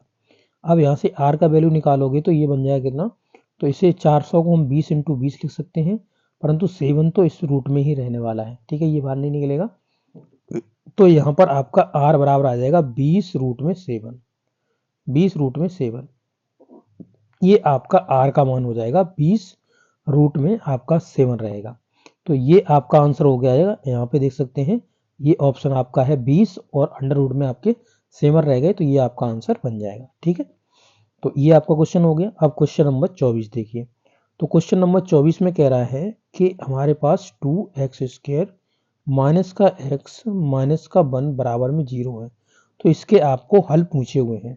तो द्विघाती समीकरण है, आपको पता होगा कि यहाँ पे इन दोनों के जो गुणांक होते हैं उनका हम मल्टीपल करते हैं, तो मल्टीपल करने पर आपको 2 आ गया। ठीक है, अब 2 के ऐसे फैक्टर करिएगा। यहाँ पर देखिए अगर 2 को हम यहाँ फैक्टर करें, 2 एकन 2 कर सकते हैं, 2x² माइनस का यहाँ पे 2 माइनस 1 कर सकते हैं। अब 2 माइनस 1 करेंगे तो 1 बच जाएगा, यानी x बच जाएगा, x बाहर रख लो, माइनस का 1 बराबर में 0। ठीक है, अब यहाँ पर देखिए जैसे ही आप इसे ओपन करते हैं, 2x² माइनस का 2x हो जाएगा, इधर से x गुणा कर देगा पीछे से, और प्लस का ये माइनस माइनस ये प्लस बन जाएगा, तो ये प्लस x हो जाएगा, तो माइनस का 1। ठीक है, माइनस का 1 बराबर में आपका 0 हो गया। ठीक है, अब देखिए साथियों, अब आपको क्या करना है, इसमें से पेयर बनाने हैं, और पेयर बना करके कॉमन ले लेना है। तो देखिए पेयर दोनों में आप देख सकते हैं, पहले वाले में आप 2x कॉमन ले सकते हैं। क्या ले सकते हैं, 2x कॉमन। जब 2x आप कॉमन ले लेंगे तो आपका यहाँ से x बच जाएगा, और यहाँ से आपका 1 बच जाएगा केवल। अब इसमें दूसरे में आप देख सकते हैं यहाँ पर x माइनस 1 है, यहाँ से आप 1 कॉमन ले सकते हैं, 1, तो x माइनस 1 ही रहेगा, बराबर में आपका 0। ठीक है, ये हो गया। अब यहाँ से आप देख सकते हो एक कोष्टक में तो इनको बंद कर देंगे, यानी 2x प्लस में 1, एक कोष्टक में तो ये आ जाएगा, और दूसरे कोष्टक में आपका आ जाएगा x माइनस 1, ये दोनों आपके हो जाएंगे। ठीक है, अब इनके बराबर में 0 चल रहा है, तो कौन कौन से आ गए आपके, देखिए 2x माइनस का 1, ठीक है, एक ये आ गया, और आपका x माइनस का 1 आ गया, बराबर में 0 चल रहा है। तो एक एक बार दोनों को रख लो, यानी x माइनस 1 बराबर रखोगे तो 0, x बराबर रखोगे तो ये माइनस का उधर जाके प्लस का हो जाएगा, यानी x का वैल्यू एक 1 आ जाएगा। यहाँ से अगर देखेंगे आप तो यहाँ पे 2x बराबर में उधर ले जाएंगे तो इसे 1 प्लस का बन जाएगा, और x बराबर करेंगे तो 1/2 हो जाएगा। ठीक है, तो यहाँ पे आप देख सकते हो साथियों, एक 1/2 और एक 1, दो वैल्यू इसकी आ गई हैं। ठीक है, और दोनों ही ये आपकी प्लस में है, पॉजिटिव में है, तो कोई भी यहाँ पे निगेटिव में नहीं है साथियों, क्योंकि देखेंगे यहाँ पर तो ये आपका माइनस का आया था, उधर जाके ये प्लस का ही रहेगा। ठीक है, अब इससे पहले कोई गलती तो नहीं हो गई है, अब मैं इससे पहले भी भूल गया हूँ। ठीक है, तो उसमें 2x माइनस का ही 1 था कि प्लस का 1 था, शायद प्लस का 1 था। ठीक है, प्लस का 1 था तो यहाँ पे माइनस का ये बन जाएगा। ठीक है, प्लस का 1 था वो, तो ये माइनस की 1/2 हो जाएंगे, यानी उसमें 2x माइनस प्लस का 1 था। ठीक है, तो बराबर में आपका यहाँ पे जब ले जाओगे उधर माइनस का बन जाएगा, यानी x बराबर 2x बराबर का माइनस का 1, और x बराबर में ले जाएंगे तो माइनस का 1/2, ये आपका हो जाएगा। ठीक है, तो मैं उसे रेज कर दिया था तो मुझे एग्जैक्टली याद नहीं रहा कितना बचा था। ठीक है, तो इस तरीके से आप इसको देख सकते हो, इस तरीके से आप कर सकते हो इसको। ठीक है, तो चलिए अब क्वेश्चन नंबर नेक्स्ट देखते हैं। क्वेश्चन नंबर नेक्स्ट में आपका क्या कहा हुआ है, तो यहाँ पे कह रहा है कि आपकी संख्या है 14,641 के वर्गमूल में अंकों की संख्या बताओ। तो 14,641 के वर्गमूल में अंकों की संख्या बतानी है। तो इस प्रकार के क्वेश्चन हमने पहले भी आपको कराए हुए हैं, आपके आ चुके हैं, तो मैं इसे दिखा दे रहा हूँ कितना है। पहले तो नंबर देख ले रहा हूँ सही से, 14,641। ठीक है, 14,641 रखेंगे हम यहाँ पे, 14,641। इसे मैंने कहा था भाग विधि से आपको निकालना होता है, तो भाग विधि से निकालेंगे तो दो दो का पेयर बना लीजिए पीछे से, तो अब एक का देख लो, तो एक एक प्लस में एक बट्टे में एक। ठीक है, अब यहाँ पे ये एक एक दो हो गया, इनको जोड़ लेते हैं दोनों को, तो यहाँ पे 46 उतार लेंगे, तो यहाँ पे आप रख लीजिए कितना, बाई दूनी 44, यानी 2 रख लीजिए, तो इसका 2 का आप मल्टीपल करोगे, 2 दूनी 4, 2 दूनी 4। ठीक है, अब यहाँ से बच गया आपका 2, 2 बच गया, ये हो गया 2 दूनी 4 और 2। अब यहाँ पे 41 का उतार लो सीधा, तो एक का यहाँ पर बन जाएगा पेयर, तो यहाँ पर बन जाएगा 241। तो यानी जो मान आया वो हमारा 1, 2 और 1, ये। ठीक है, तो यहाँ पे ये वाले नंबर्स रखे जाते हैं, पहले हमने 1 बनाया था, फिर हमने 2 बनाया था, फिर हमने 1 बनाया, तो 121 का ये आपका वर्ग है। क्या है, 121 का ये वर्ग है। देखते हैं यहाँ पे कहाँ गया ये, 121 का वर्ग है, तो यहाँ पर आप देखेंगे 121, 121, तो यहाँ पे 3 अंक हुए। ठीक है, 3 अंक हुए वर्गमूल में, यानी इस संख्या को हम किस तरीके से लिखेंगे, इस तरीके से लिखेंगे, 14,641 बराबर में फिर हम इसे लिखेंगे 121 इंटू में 121। ठीक है, दोनों में पेयर बनेगा और 121 बाहर निकल जाएगा, और 121 में कितने अंक हो गए, 1 2 3, 3 अंक हो गए, तो 3 वाला आपका सही हो जाएगा। ठीक है, तो ये आपका सही हो जाएगा साथियों। ठीक, चलिए अब क्वेश्चन नंबर हम 25 कर लिए, आप देखते हैं क्वेश्चन नंबर 26। क्वेश्चन नंबर 26 में देखिए क्या कह रहा है, तो कह रहे हैं कि किसी चतुर्भुज के किन्हीं तीनों कोणों का योगफल 285 अंश है, तो चौथे कोण का मान बताओ। जैसे कि मान लो मैं एक स्क्वायर ही मान लेता हूँ। ठीक है, ये मान लीजिए, अभी सही से नहीं खींच पाया, इसे फिर सही से खींच देता हूँ। ठीक है, मान लीजिए ये मैंने एक स्क्वायर मान लिया, ये देखो भाई, यहाँ पे ये स्क्वायर हो गया।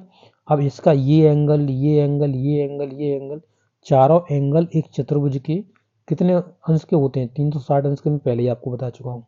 तो 360 में से आपको यहाँ पर 285 निकाल देने हैं, 285 निकाल देने हैं, तभी तो चौथा एंगल निकल जाएगा। तो यहाँ पर ये 5 बच जाएगा, इधर से एक करी चलेगा, 5 बचा, और ये हो गया 15, 15 में से यहाँ से 8 हो चला जाएगा तो 7, यानी 75 अंश का बनेगा।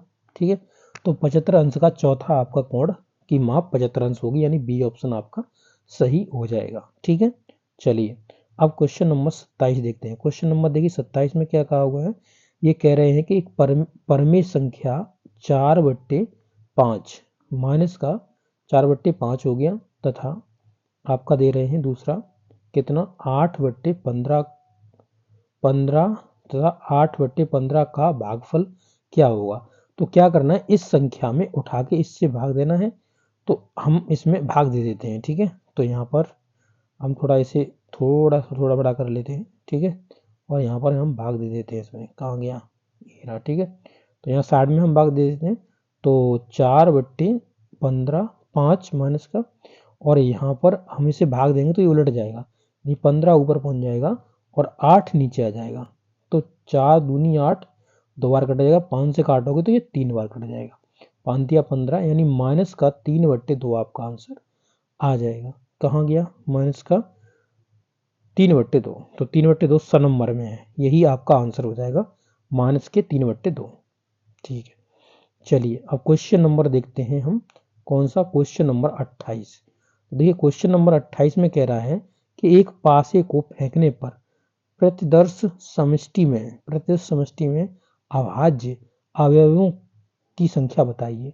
तो आपको पता होगा कि एक जो पासा होता है उसमें कितने डॉट्स होते हैं। जैसे आप देखेंगे तो 1 डॉट होता है, फिर 2 डॉट होते हैं, फिर 3 डॉट होते हैं आपके, एक 4 डॉट होते हैं आपके, फिर 5, ठीक है, फिर आपके 6 डॉट होते हैं।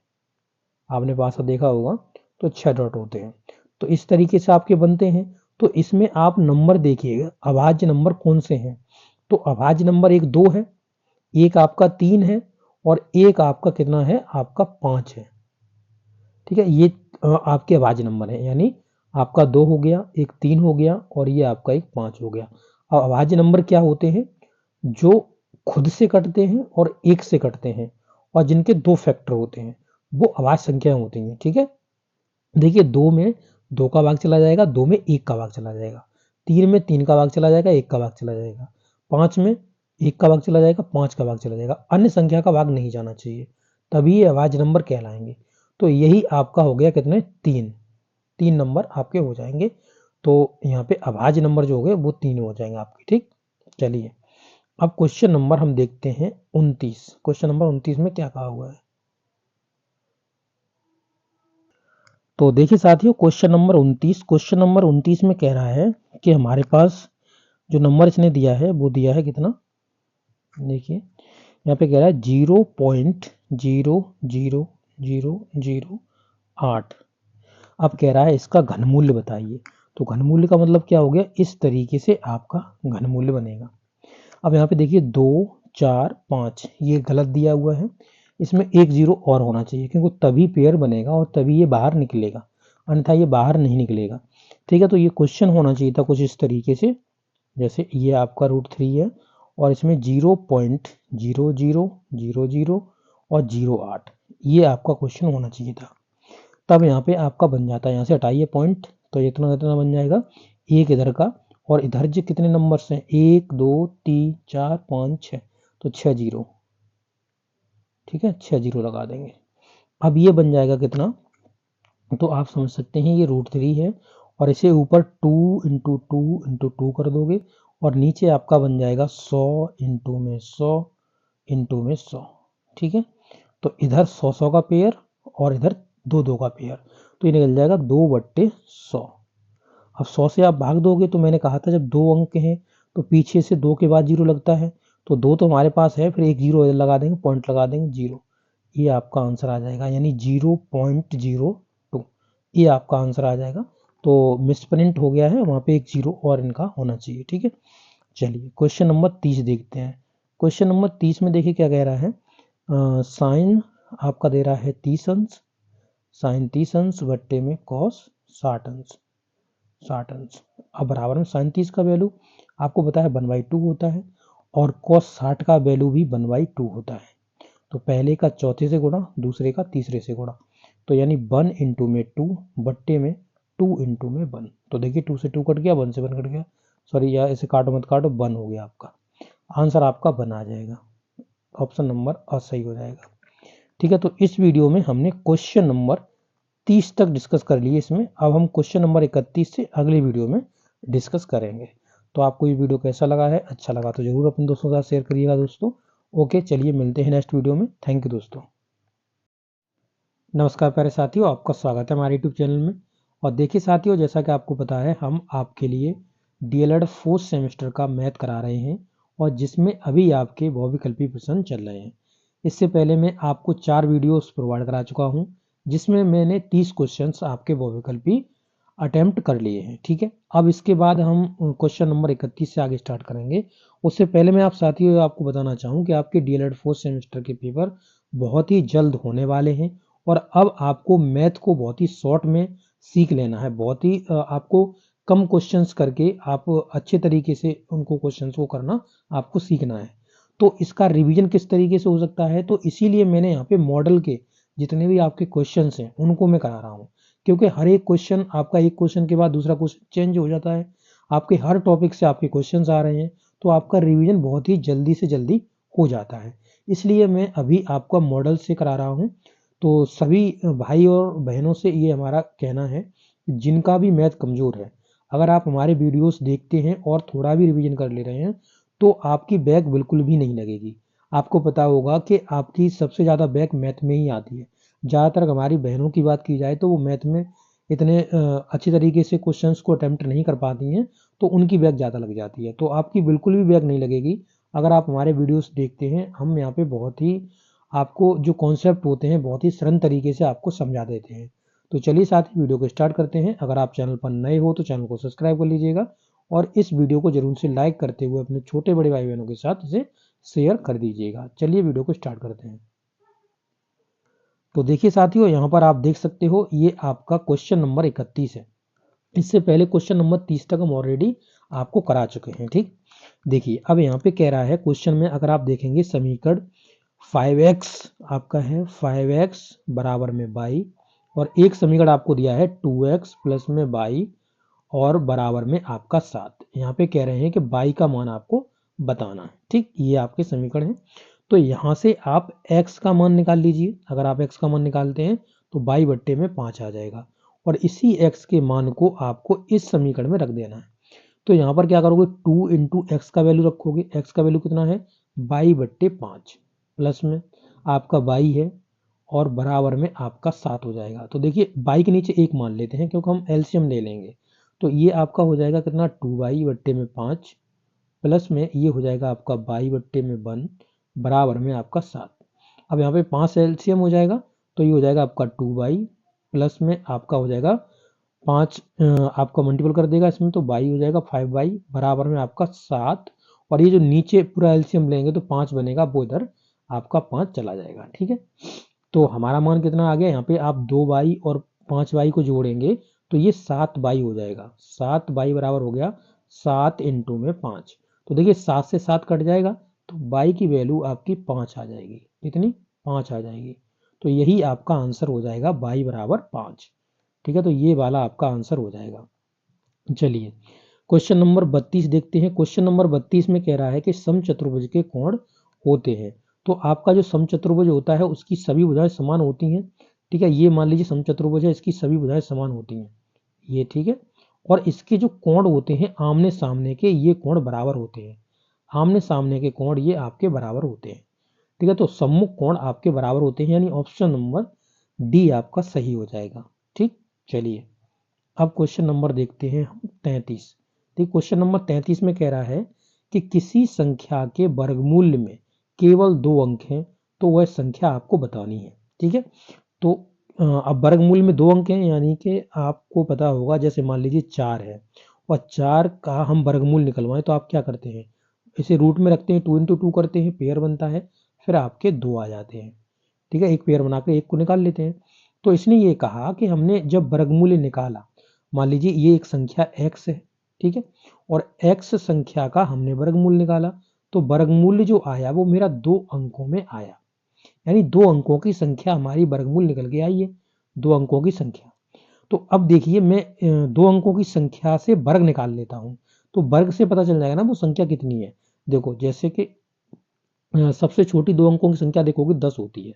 10 का अगर आप वर्ग करोगे तो आपको पता है 10 का वर्ग 100 होता है। फिर आप यहाँ पे 20 का वर्ग देख लीजिए, 20 का वर्ग, 20 का वर्ग आपका 400 होता है। फिर आप 30 का वर्ग देख लीजिए, 30 का वर्ग देखेंगे तो आपका कितना होता है, ये आपका 900 हो गया। ठीक है, इसी तरीके से आप 50 का वर्ग देख सकते हैं, 50 का वर्ग देख लीजिए तो 50 का वर्ग आपका कितना हो गया 25, यानी 4 अंकों की संख्या हो गई। और सबसे बड़ी दो अंकों की संख्या क्या हो सकती है, तो वो 99 हो सकती है। तो 99 का वर्ग निकालोगे तो ये होता है 9801। ठीक है, तो यहाँ पर भी देखेंगे 4 अंक हैं, यहाँ पर भी 4 अंक हैं, यहाँ 3 अंक हैं, 3 अंक हैं, 3 अंक हैं। अब ये इससे पता ये चला कि या तो 3 अंक हो सकते हैं या 4 अंक हो सकते हैं। ठीक है, उस संख्या में 3 या 4 अंक हो सकते हैं जिसके वर्गमूल्य में केवल 2 अंक ही होंगे। ठीक है, इसका भी देखोगे तो इसका जो वर्गमूल निकालेंगे इसका पूरे का तो 99 वर्गमूल निकल के आएगा, यानी 2 अंकों की संख्या निकल के आएगी। और 2 अंकों की संख्या में मैक्सिमम नंबर आपका 4 अंक का हो सकता है और मिनिमम नंबर आपका 3 अंक का हो सकता है। तो ये आपका ऑप्शन सही हो जाएगा। तो यहाँ से 1 या 2 अंक ये कट जाएगा, 2 या 3 ये हट जाएगा, क्योंकि 2 नहीं हो सकता। तो यहाँ पे ये हो जाएगा 3 अंक या 4 अंक। ठीक है, ये आपका आंसर हो जाएगा। यहाँ आंसर गलत दिया गया है। ठीक है, चलिए तो देखिए साथियों, अब हम देखते हैं क्वेश्चन नंबर 34। ठीक है, तो ये क्वेश्चन नंबर 34 हमसे क्या कह रहा है, कह रहे हैं कि 3 सही 3/8 इसका आपको घनमूल्य निकालना है। तो पहले इस नंबर को हम सही कर लेते हैं। तो यहाँ पे 3 सही 3/8 है, तो 3 का गुणा करोगे 8 का गुणा करोगे 3 में और प्लस में 3 जोड़ दोगे, यही तो होता है इसका। यानी कि 8 इंटू में आपका 3 प्लस में आपका 3। ठीक है, बट्टे में आपको 8 रखना है।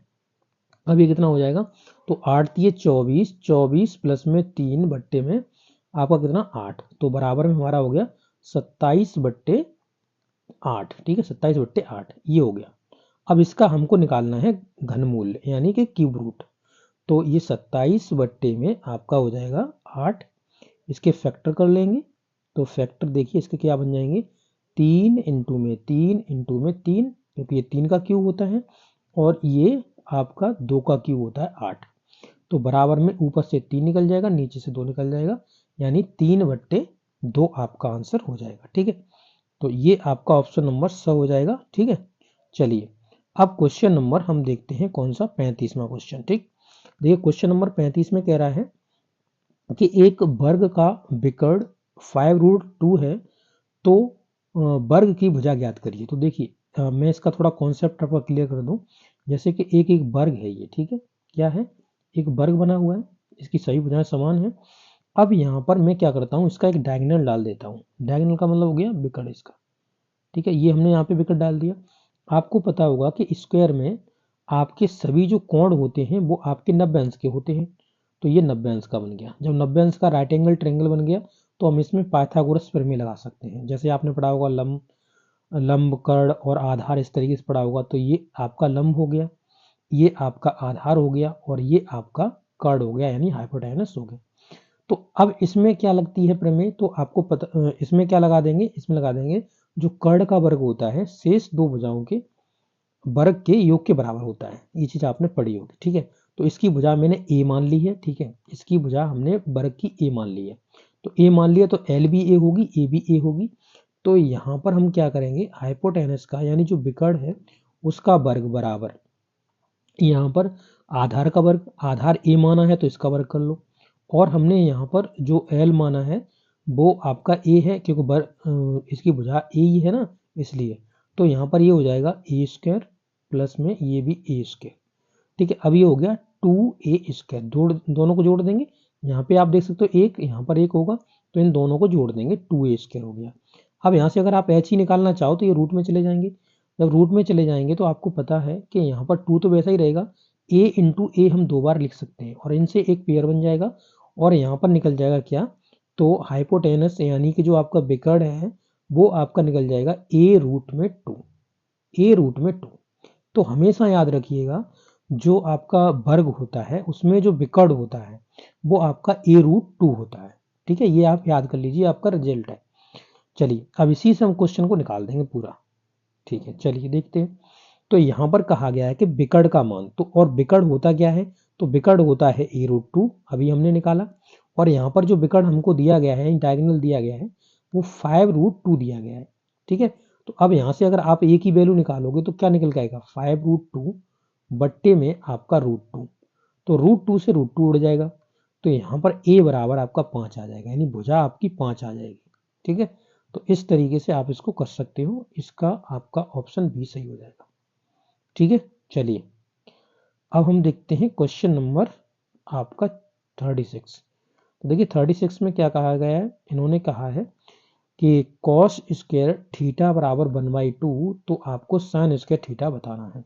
तो कॉस स्क्वायर थीटा आपने एक सूत्र पढ़ा होगा, साइन स्क्वायर थीटा, ट्रिग्नोमेट्री में कुछ नहीं पढ़ा, ये तो आपने 100% ही पढ़ा होगा। ठीक है, बराबर में 1 होता है, sine square theta plus cos square theta बराबर में 1।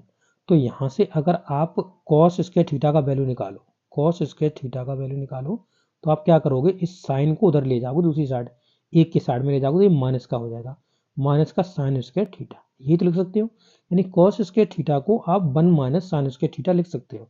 ठीक है, तो चलिए अब इसी से कर लेंगे। तो यहाँ पर देखिए कॉस स्क्वायर थीटा है, बराबर में दिया है आपका 1/2। अब यहाँ पे कॉस स्क्वायर थीटा को लिख देंगे 1 माइनस साइन स्क्वायर थीटा बराबर में 1/2। अब देखिए साइन स्क्वायर थीटा इधर माइनस का है, उधर जाके ये किसका बनेगा, प्लस का बन जाएगा, तो उधर से भेज देंगे। और जो 1/2 है उसे इस साइड से ले आएंगे, तो इधर ये प्लस का था, इधर आके माइनस का बन जाएगा। ठीक, समझ गए ना। चलिए तो हम लिख सकते हैं यहाँ पे साइन स्क्वायर थीटा बराबर में 1 माइनस 1/2। ठीक, तो इससे कर देंगे, इसमें एलसीएम लेके करेंगे तो ये हो जाएगा 2 माइनस 1/2। तो आपका वैल्यू निकल जाएगा कितना, साइन स्क्वायर थीटा बराबर 1/2, क्योंकि 2 में से एक चला जाएगा तो एक बच जाएगा, तो ये आपका आंसर हो गया। यानी साइन स्क्वायर थीटा बराबर 1/2 आपका आंसर हो जाएगा, यानी आपका ऑप्शन नंबर डी आपका सही हो गया। ठीक, चलिए क्वेश्चन नंबर 37 देखते हैं। तो देखिए क्वेश्चन नंबर 37 में क्या कहा गया है, तो कह रहे हैं 37 में देखिए यहाँ पे कहा है संलग्न चित्र में ओ वृत्त का केंद्र है और यहाँ पर आपका त्रिभुज ए सी बी 40 अंश है, तो कोण ए ओ बी आप बताइए। तो इस तरीके से आपकी शेप बनी हुई है, मैं आपको बना देता हूँ एक बार के लिए। देखिए ये आपकी शेप बनी हुई है, ये आपका केंद्र है, यहाँ पे इस तरीके से बना हुआ है। ठीक है, यहाँ पे 40 अंश का कोण बना हुआ है। तो आप यहाँ पे देखेंगे ये केंद्र वाला कोण पूछ रहा है, यानी सेंटर वाला कोण आपका पूछ रहा है।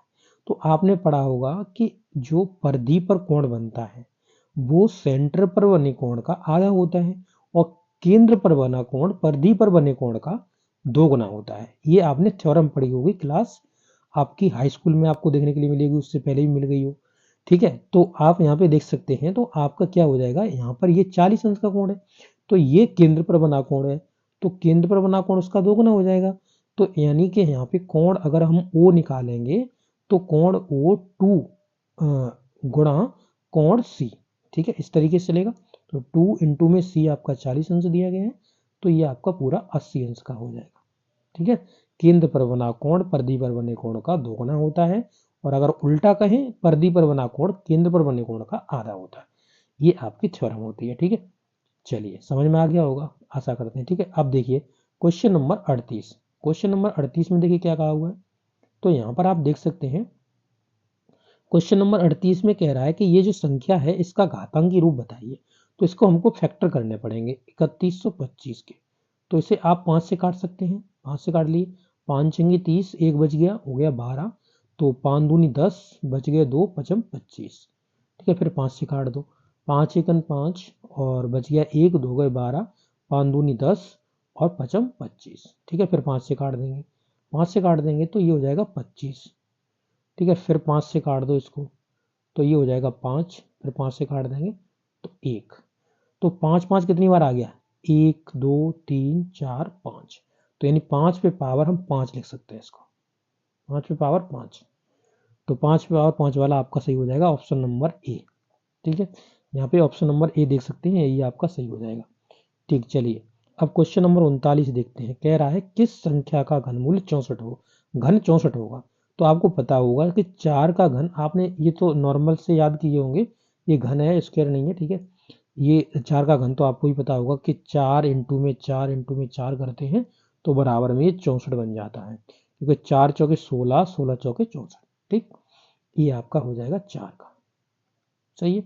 चलिए आगे बढ़ते हैं, क्वेश्चन नंबर देखते हैं अब हम 40। देखिए क्वेश्चन नंबर 40 में क्या कहा हुआ है, इन्होंने कहा है कि हमें दिया है 5/9 माइनस का, और इसका घन पूछा है। वो घन का मतलब है क्यूब इसका, तो क्यूब का मतलब क्या हो गया, -5 गुणा में -5, ठीक है, गुणा में -5 बट्टे में यहाँ पे 9 करेंगे, 9 इंटू 9 इंटू 9, ठीक है। तो पचम पचम 25, 25 पंजे 125, यानी 125 तो ऊपर आ जाएगा माइनस का, बट्टे में 9 में 81, 81 निम्मा 729, तो ये हो जाएगा आपका माइनस का 125 बट्टे 729, ये आपका आंसर हो जाएगा। ठीक, कहाँ पे है, तो ये आपका माइनस का होना चाहिए, ठीक है, ये रहा ऑप्शन नंबर डी आपका सही हो जाएगा। ठीक, चलिए अब क्वेश्चन नंबर हम यहाँ पे देख लेते हैं, ये आपका क्वेश्चन नंबर 41 क्वेश्चन नंबर में क्या कहा हुआ है, कह रहे हैं कि आपका इसमें घनमूल्य आपको निकालना है। तो जो संख्या दी गई है रूट में आप देखेंगे 125 इंटू में आपका 343। तो साथियों मैं आपसे कहूँगा कि आप क्यूब कर लीजिए याद कम से कम 10 तक नॉर्मल से। तो यहाँ पे आप देख सकते हैं कि यहाँ पर जो 125 है इसे हम 5 गुणा में 5 3 बार लिख सकते हैं, और इसी में ये 7 का क्यूब होता है तो 7 इंटू 7 इंटू 7 लिख सकते हैं। अब पेयर बन जाएगा और ये बाहर निकल जाएंगे, यानी 5 बार निकल जाएगा और 7 बार निकल जाएगा, यानी दोनों का मल्टीपल कर देंगे तो 5 सत्ते 35, 35 आपका आंसर हो जाएगा। ठीक है, 35 आपका आंसर हो गया। ठीक है, चलिए अब हम देखते हैं क्वेश्चन नंबर आपका 42।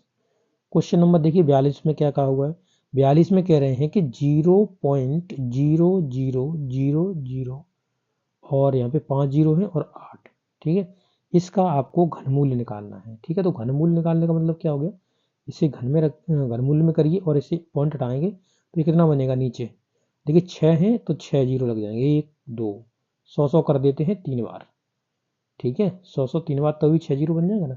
और ऊपर 2 का है, 2 का ये क्यू है, 2 इंटू 2 इंटू 2 कर देंगे, बट्टे में 100 निकल जाएंगे बाहर, तो इसमें 100 से भाग देंगे तो कितना हो जाएगा 2, और पीछे से जीरो लगाएंगे 2 अंकों बाद, तो हमने एक जीरो बना दिया और यहाँ पे एक जीरो लगा देंगे, तो ये आंसर आ जाएगा 0.02, 0.02, यानी ऑप्शन नंबर बी आपका सही हो जाएगा। ठीक है, चलिए साथियों क्वेश्चन नंबर 43 देखते हैं। क्वेश्चन नंबर 43 में कह रहा है कि आपको 0.09 का आपको वर्गमूल्य निकालना है। वर्गमूल्य का मतलब हो गया, ये रूट में रख लो जो, और यहाँ पे ऐसे हटाएंगे तो ये बट्टे में 100 आ जाएगा, तो इसे लिख सकते हैं रूट में कितना 3 इंटू में 3 बट्टे में यहाँ पे 10 इंटू में 10। ठीक, अब यहाँ पे 3 3 का एक पेयर बन जाएगा और 10 10 का पेयर बन जाएगा, 3 ऊपर से निकल जाएगा 10 नीचे से निकल जाएगा, तो ये हो जाएगा 0.3, भाग दे दीजिए 0.3 आपका आंसर हो जाएगा। ठीक है, ये हो गया आपका आंसर। चलिए अब हम क्वेश्चन नंबर देखते हैं 44। क्वेश्चन नंबर देखिए 44 में क्या कहा हुआ है, यहाँ पे क्वेश्चन नंबर 44 देख सकते हैं, कह रहा है कि 0.1 का आपको यहाँ पे वर्ग बताना है क्या होगा। तो 0.1 रुक जाइए 0.1 इंटू में 0.1 इसका मल्टीपल करेगा ना, तो यहाँ से हटाएंगे इसे 10 लिख सकते हैं, यहाँ से हटाएंगे 10 लिख सकते हैं, तो यानी ये हो जाएगा 1/100, 1/100 हो जाएगा।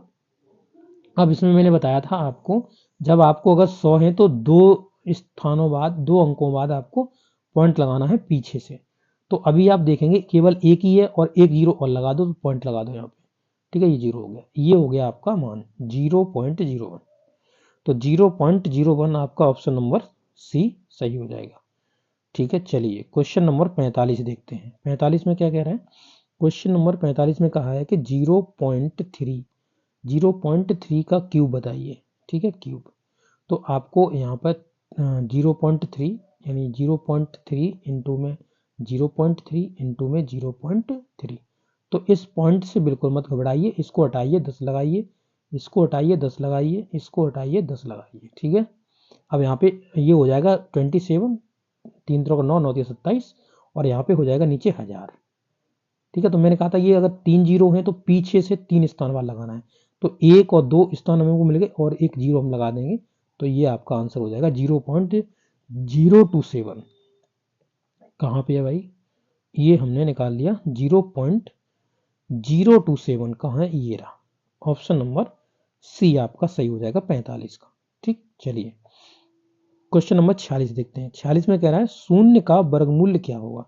तो शून्य का तो शून्य होगा भाई, इसमें क्या है, 46 तक ही रहने देते हैं, और अब हम अगले वीडियो में क्वेश्चन नंबर 47 से आगे डिस्कस करेंगे अगले वीडियो में। ओके, तो आपको ये वीडियो कैसा लगा है, अच्छा लगा तो जरूर अपने दोस्तों के साथ शेयर कर दीजिएगा। मिलेंगे नेक्स्ट वीडियो में। थैंक यू दोस्तों।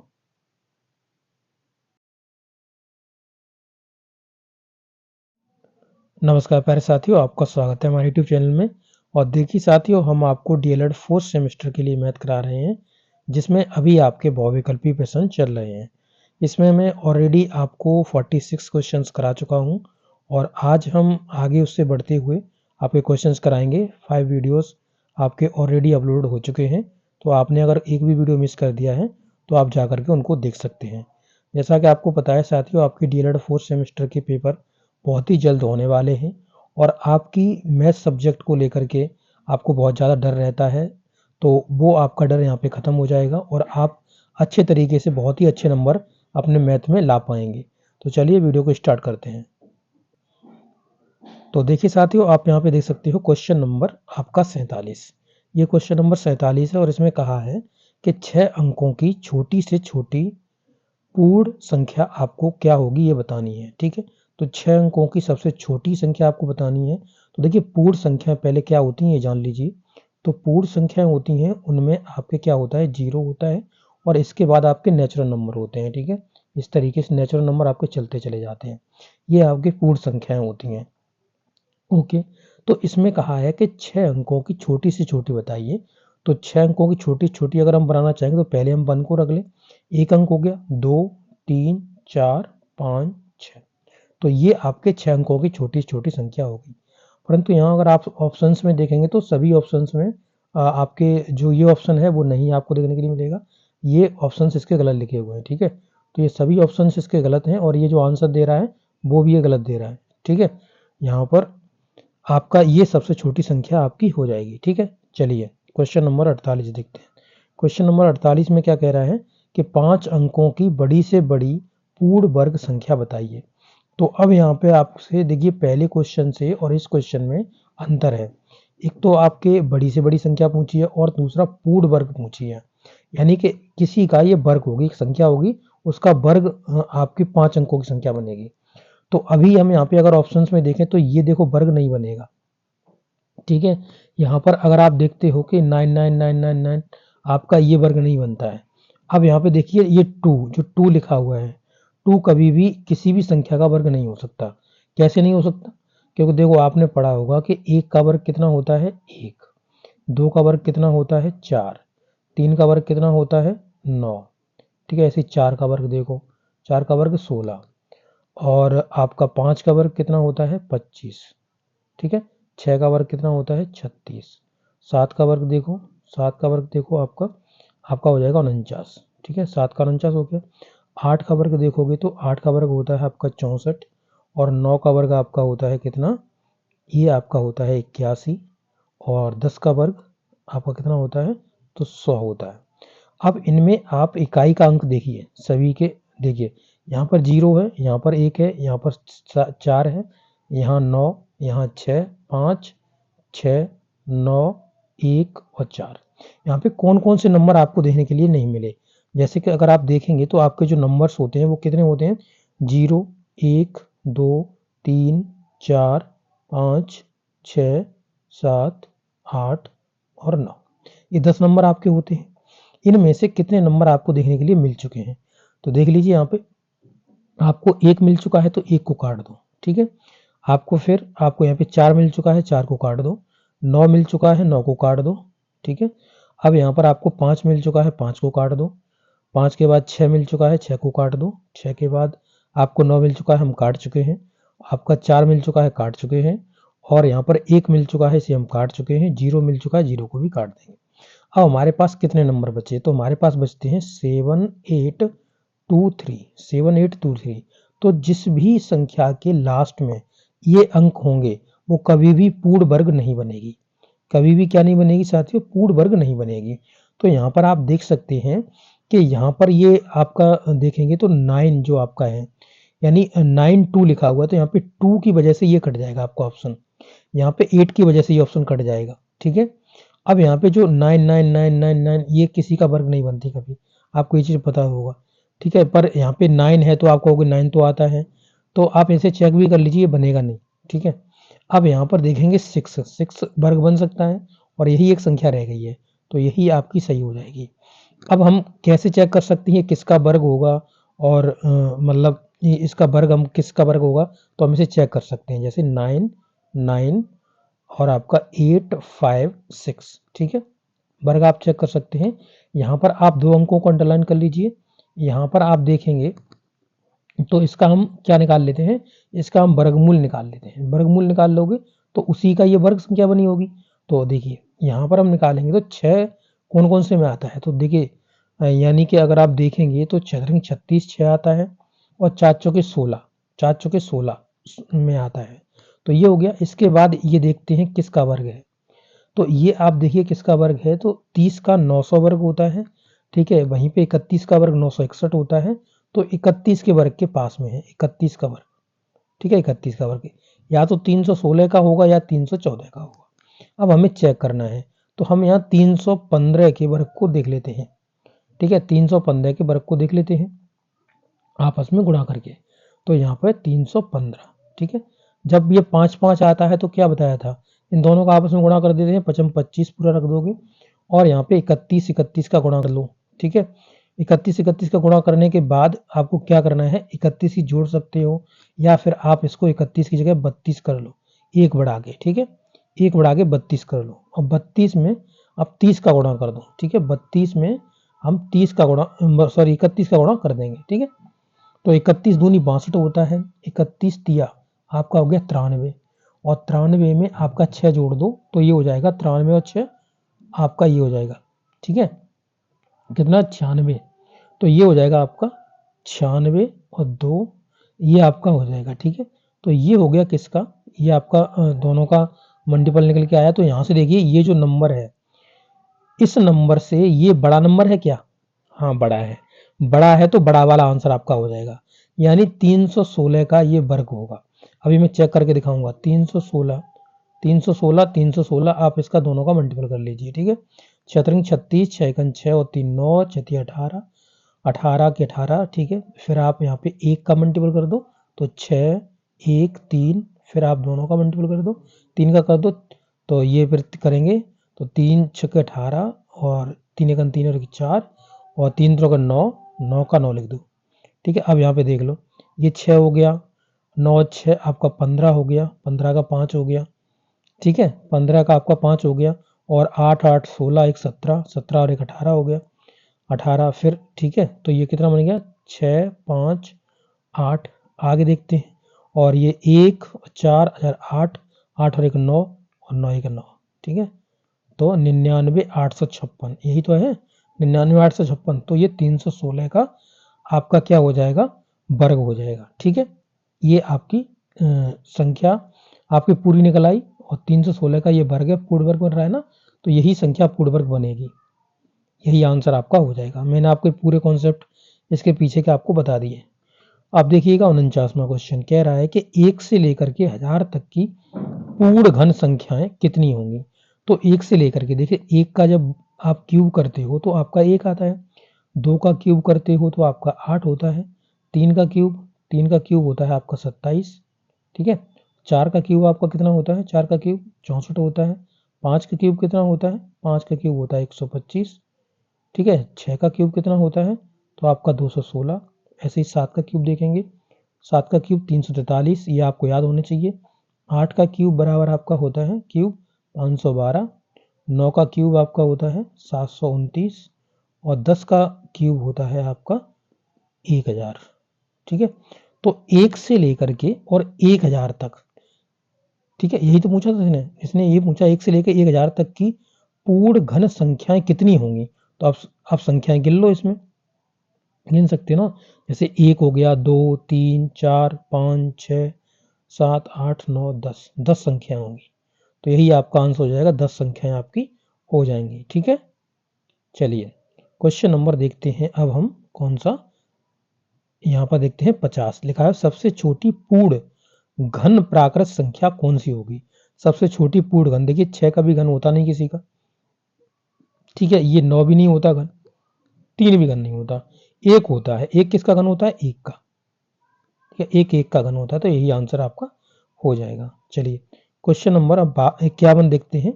लिखा हुआ है 201 पे पावर 2 इंटू में 200 माइनस का आपका 200 का क्यूब। अब यहाँ से इसका मान निकलवा रहा है, तो इसका क्या कर सकते हैं हम, तो यहाँ पर आप 200 कॉमन ले लीजिए, इसके 200 कॉमन ले लिए, तो आपके पास बचा 201 का वर्ग माइनस 200 का वर्ग। ठीक है, क्योंकि एक निकल गया 200। अब यहाँ पर देखिए इसे हम खोल देंगे 200 इंटू में, ये a प्लस बी में खुल जाएगा ना, a plus B A minus B में, क्योंकि A square minus B square हो गया ना, तो इसे हम 201 माइनस 200 200 कर देंगे, एक कर देंगे हम 201 और प्लस का 200। ठीक है, ये कर देंगे, ये बन जाएगा आपका। अब यहाँ पर 200 आपका है, यहाँ से बच जाएगा आपका 1 इंटू में, ये दोनों जुड़ जाएंगे तो ये हो जाएंगे 401। 401 में आप 200 से गुणा कर दो, 401 में आप 200 से गुणा कर दो। ठीक है, तो क्या करना है, 400 0 1 2 जीरो लगा दो, इंटू में 2 का गुणा कर दो, 2 का गुणा करोगे तो 2 एकन 2 0 जो कि 8, ये हो जाएगा आपका 80 200। 80 200 आपका हो जाएगा। ठीक है, तो 80 200 निकाल लो, कहाँ पे है आंसर, ये रहा, ये आपका आंसर हो जाएगा। ठीक है, तो क्वेश्चन नंबर 31 आगे देखिएगा। यहाँ पे कहा गया है कि किसी युगपत समीकरण को हल करने की कितनी विधियों की सहायता ली जा सकती है। तो आपको पता होगा युगपत जो समीकरण होते हैं उनमें हम क्या देखते हैं, तो देखिए साथियों, जो युगपत समीकरण होते हैं उनमें हम दो विधियों का प्रयोग करते हैं। जो कौन कौन सी दो विधियां होती हैं, तो इसमें आपकी एक होती है विलोपन विधि, आपने पढ़ा होगा विलोपन विधि, विलोपन विधि। ठीक है, और एक आपकी होती है क्या, प्रतिस्थापन विधि, प्रतिस्थापन स्थापन विधि। ठीक है, प्रतिस्थापन विधि। अब इसमें क्या होता है, दो समीकरण दिए होते हैं, दो समीकरण दिए होते हैं, तो उसमें क्या है कि जैसे मान लो कि एक समीकरण दिया है आपको 2x प्लस का 3y बराबर में मान लो 7 दिया है, मैं ऐसे ही लिख रहा हूँ रेंडमली। ये आगे आपको दिया हुआ है मान लो कि यहाँ पे 3x प्लस का 5y बराबर में आपका मान लो 10 दिया हुआ है, इस तरीके से। तो विलोपन विधि में क्या करोगे, अगर विलोपन विधि का काम करेंगे तो यहाँ पर हमको विलोपन विधि का मतलब है इनमें लुप्त कर दो। जैसे यहाँ पे y के कोएफिशिएंट जो है, यानी इन दोनों के गुणांक समान कर लो, समान करके इनको काट देते हैं, तो फिर x के फॉर्मेट में रह जाता है, तो ये विलोपन विधि है। प्रतिस्थापन विधि क्या है साथियों, तो प्रतिस्थापन विधि में क्या करते हैं हम, प्रतिस्थापन विधि में इसमें से हम क्या करेंगे, पूरा यहाँ से x का वैल्यू निकाल लेंगे, x का वैल्यू निकाल लेंगे और ये 3y उधर चला जाएगा तो माइनस का 3y हो जाएगा, और इसको उठा करके सीधा हम यहाँ x के जगह रख देंगे और x का y का मान निकाल लेंगे। तो ये आपका प्रतिस्थापन विधि होती है, दो प्रकार की विधियां होती हैं। तो इस वीडियो में इतना ही साथियों, अगले वीडियो में हम आगे इससे कराएंगे। तो आपको ये वीडियो कैसा लगा है, अच्छा लगा तो जरूर अपने दोस्तों के साथ शेयर करिएगा। ओके, थैंक यू दोस्तों। नमस्कार प्यारे साथियों, आपका स्वागत है हमारे यूट्यूब चैनल में। और देखिए साथियों, हम आपको डीएलएड 4th सेमेस्टर के लिए मैथ करा रहे हैं, जिसमें अभी आपके बहुविकल्पीय प्रश्न चल रहे हैं और हम 52 क्वेश्चन तक आपको करा चुके हैं। आज हम 53 क्वेश्चन से आगे स्टार्ट करेंगे और आपको अच्छे से डिटेल में समझाएंगे। तो अगर आप डीएलएड 4th सेमेस्टर में हैं और आप अपने मैथ की अच्छे से तैयारी करना चाहते हैं, तो आप ये वीडियो जरूर देखिएगा, क्योंकि यहाँ पर आपके जो क्वेश्चन हैं सभी मॉडल के क्वेश्चन हैं और हर एक क्वेश्चन आपका डिफरेंट होता है, तो आपका रिवीजन भी बहुत जल्दी हो जाएगा और आप जब पेपर देने जाएंगे तो बहुत अच्छे तरीके से अपने पेपर को वहाँ पे अटेम्प्ट कर पाएंगे। तो चलिए साथी, वीडियो को स्टार्ट करते हैं। अगर आप चैनल पर नए हो तो चैनल से जरूर जुड़ जाइएगा, इस वीडियो को लाइक करिए और अपने छोटे बड़े भाई बहनों के साथ इसे जरूर शेयर कर दीजिएगा। चलिए वीडियो को स्टार्ट करते हैं। तो देखिए साथियों, यहाँ पर आप देख सकते हो आपका क्वेश्चन नंबर 53।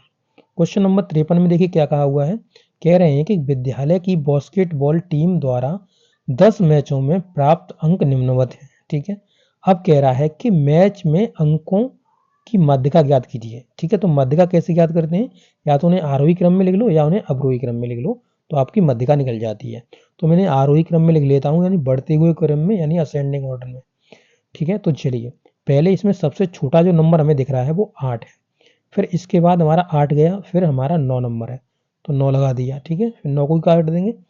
फिर हमारा 10 नंबर है, 10 को काट देंगे, 10 लिख देंगे, और यहाँ पर एक और 10 मिल रहा है, इसे भी काट दो और यहाँ 10 लिख दो, ठीक। अब के बाद क्या है, 10 के बाद 11 है तो 11 लिख देंगे, 11 हमने काट दिया। वहाँ से फिर हम 12 लिख देंगे, 12 काट देंगे, ठीक है। फिर हम लिख देंगे कितना, 12 के बाद हमारा 13 हो गया तो 13 लिख देंगे। 13 के बाद हमारा आपका 19 हो जाएगा तो 19 लिख दिया। 19 के बाद आपका 20 और 20 के बाद आपका 22, ठीक है, सब कट जाएंगे। तो अब इनका मध्यका का मतलब क्या हो गया, मध्य का मान, ठीक है। तो यहाँ से देखिए 4 इधर से हटा दो और 4 आप पीछे से हटा दो, ठीक है। ये 4 पीछे से गायब हुए तो केवल 2 मध्य में रह गए, ये 11 और 12। तो इन दोनों को जोड़ दो, 11 12 और 2 से इसमें भाग दे देंगे तो ये कितना हो जाएगा 23। 23 में आपको 2 से भाग देना है, ठीक है। 2 से जब भाग दोगे तो 2 एकन 2, 2 एकन 2 और 0.5, तो 11.5 आपका आंसर हो जाएगा, ठीक है। चलिए ये 11.5 आपका आंसर हो गया। अब क्वेश्चन नंबर देखते हैं 54। क्वेश्चन नंबर 54 में क्या कह रहा है कि किसी चक्री चतुर्भुज के सम्मुख कोण होते हैं। तो चक्री चतुर्भुज कब बनता है, जैसे एक वृत्त है, ठीक है, ये एक वृत्त है और वृत्त में आपको यहाँ पर जो वृत्त की परिधि है उस पर आपको 4 पॉइंट लेने हैं। एक ये हो गया, एक ये हो गया, ठीक है, एक ये हो गया और एक ये हो गया। इन सभी पॉइंट्स को आपको मिला देना है, ठीक है। देखो इस तरीके से मिला दो तो ये आपका एक चक्री चतुर्भुज बन जाएगा, ठीक है। इसकी कंडीशन होती है ये वृत्त में ही होना चाहिए, ठीक है। तो अब इसके जो आपके कोण होते हैं, ठीक है, जैसे ये कोण हो गया, ये कोण, ठीक है, और ये कोण हो गया, इसके जो सम्मुख कोण होते हैं, इसके जो सम्मुख कोण होते हैं उनका दोनों का योग 180 अंश का होता है।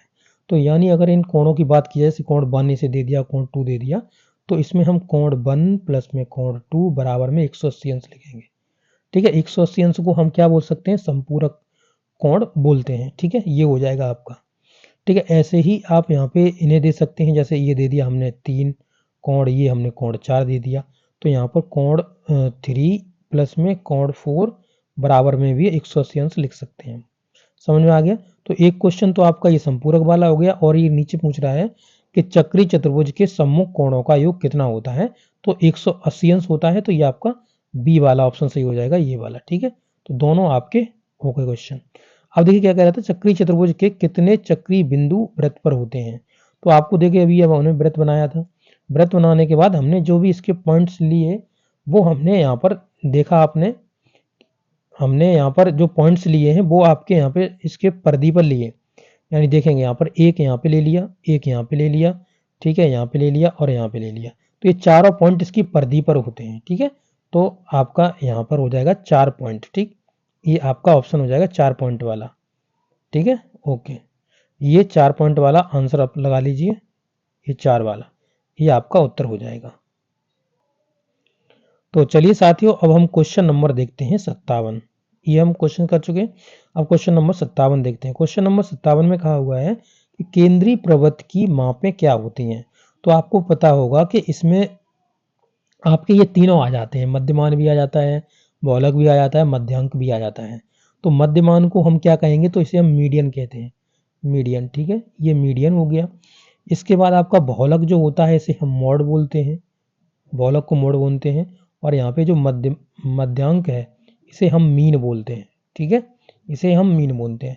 ये इंग्लिश का है और इंग्लिश में इसका एक फॉर्मूला होता है, आपने देखिए यहाँ पे मैंने लिखा भी था, देखिए ये मॉड बराबर, पे लिख दे रहा हूँ, मॉड बराबर 3 मीडियन, 3 मीडियन, इससे बहुत सारे क्वेश्चन पूछ लिए जाते हैं, माइनस का 2 और 2 के बाद आ जाएगा आपका मीन, ठीक है, 2 मीन, ये आपका फॉर्मूला होता है।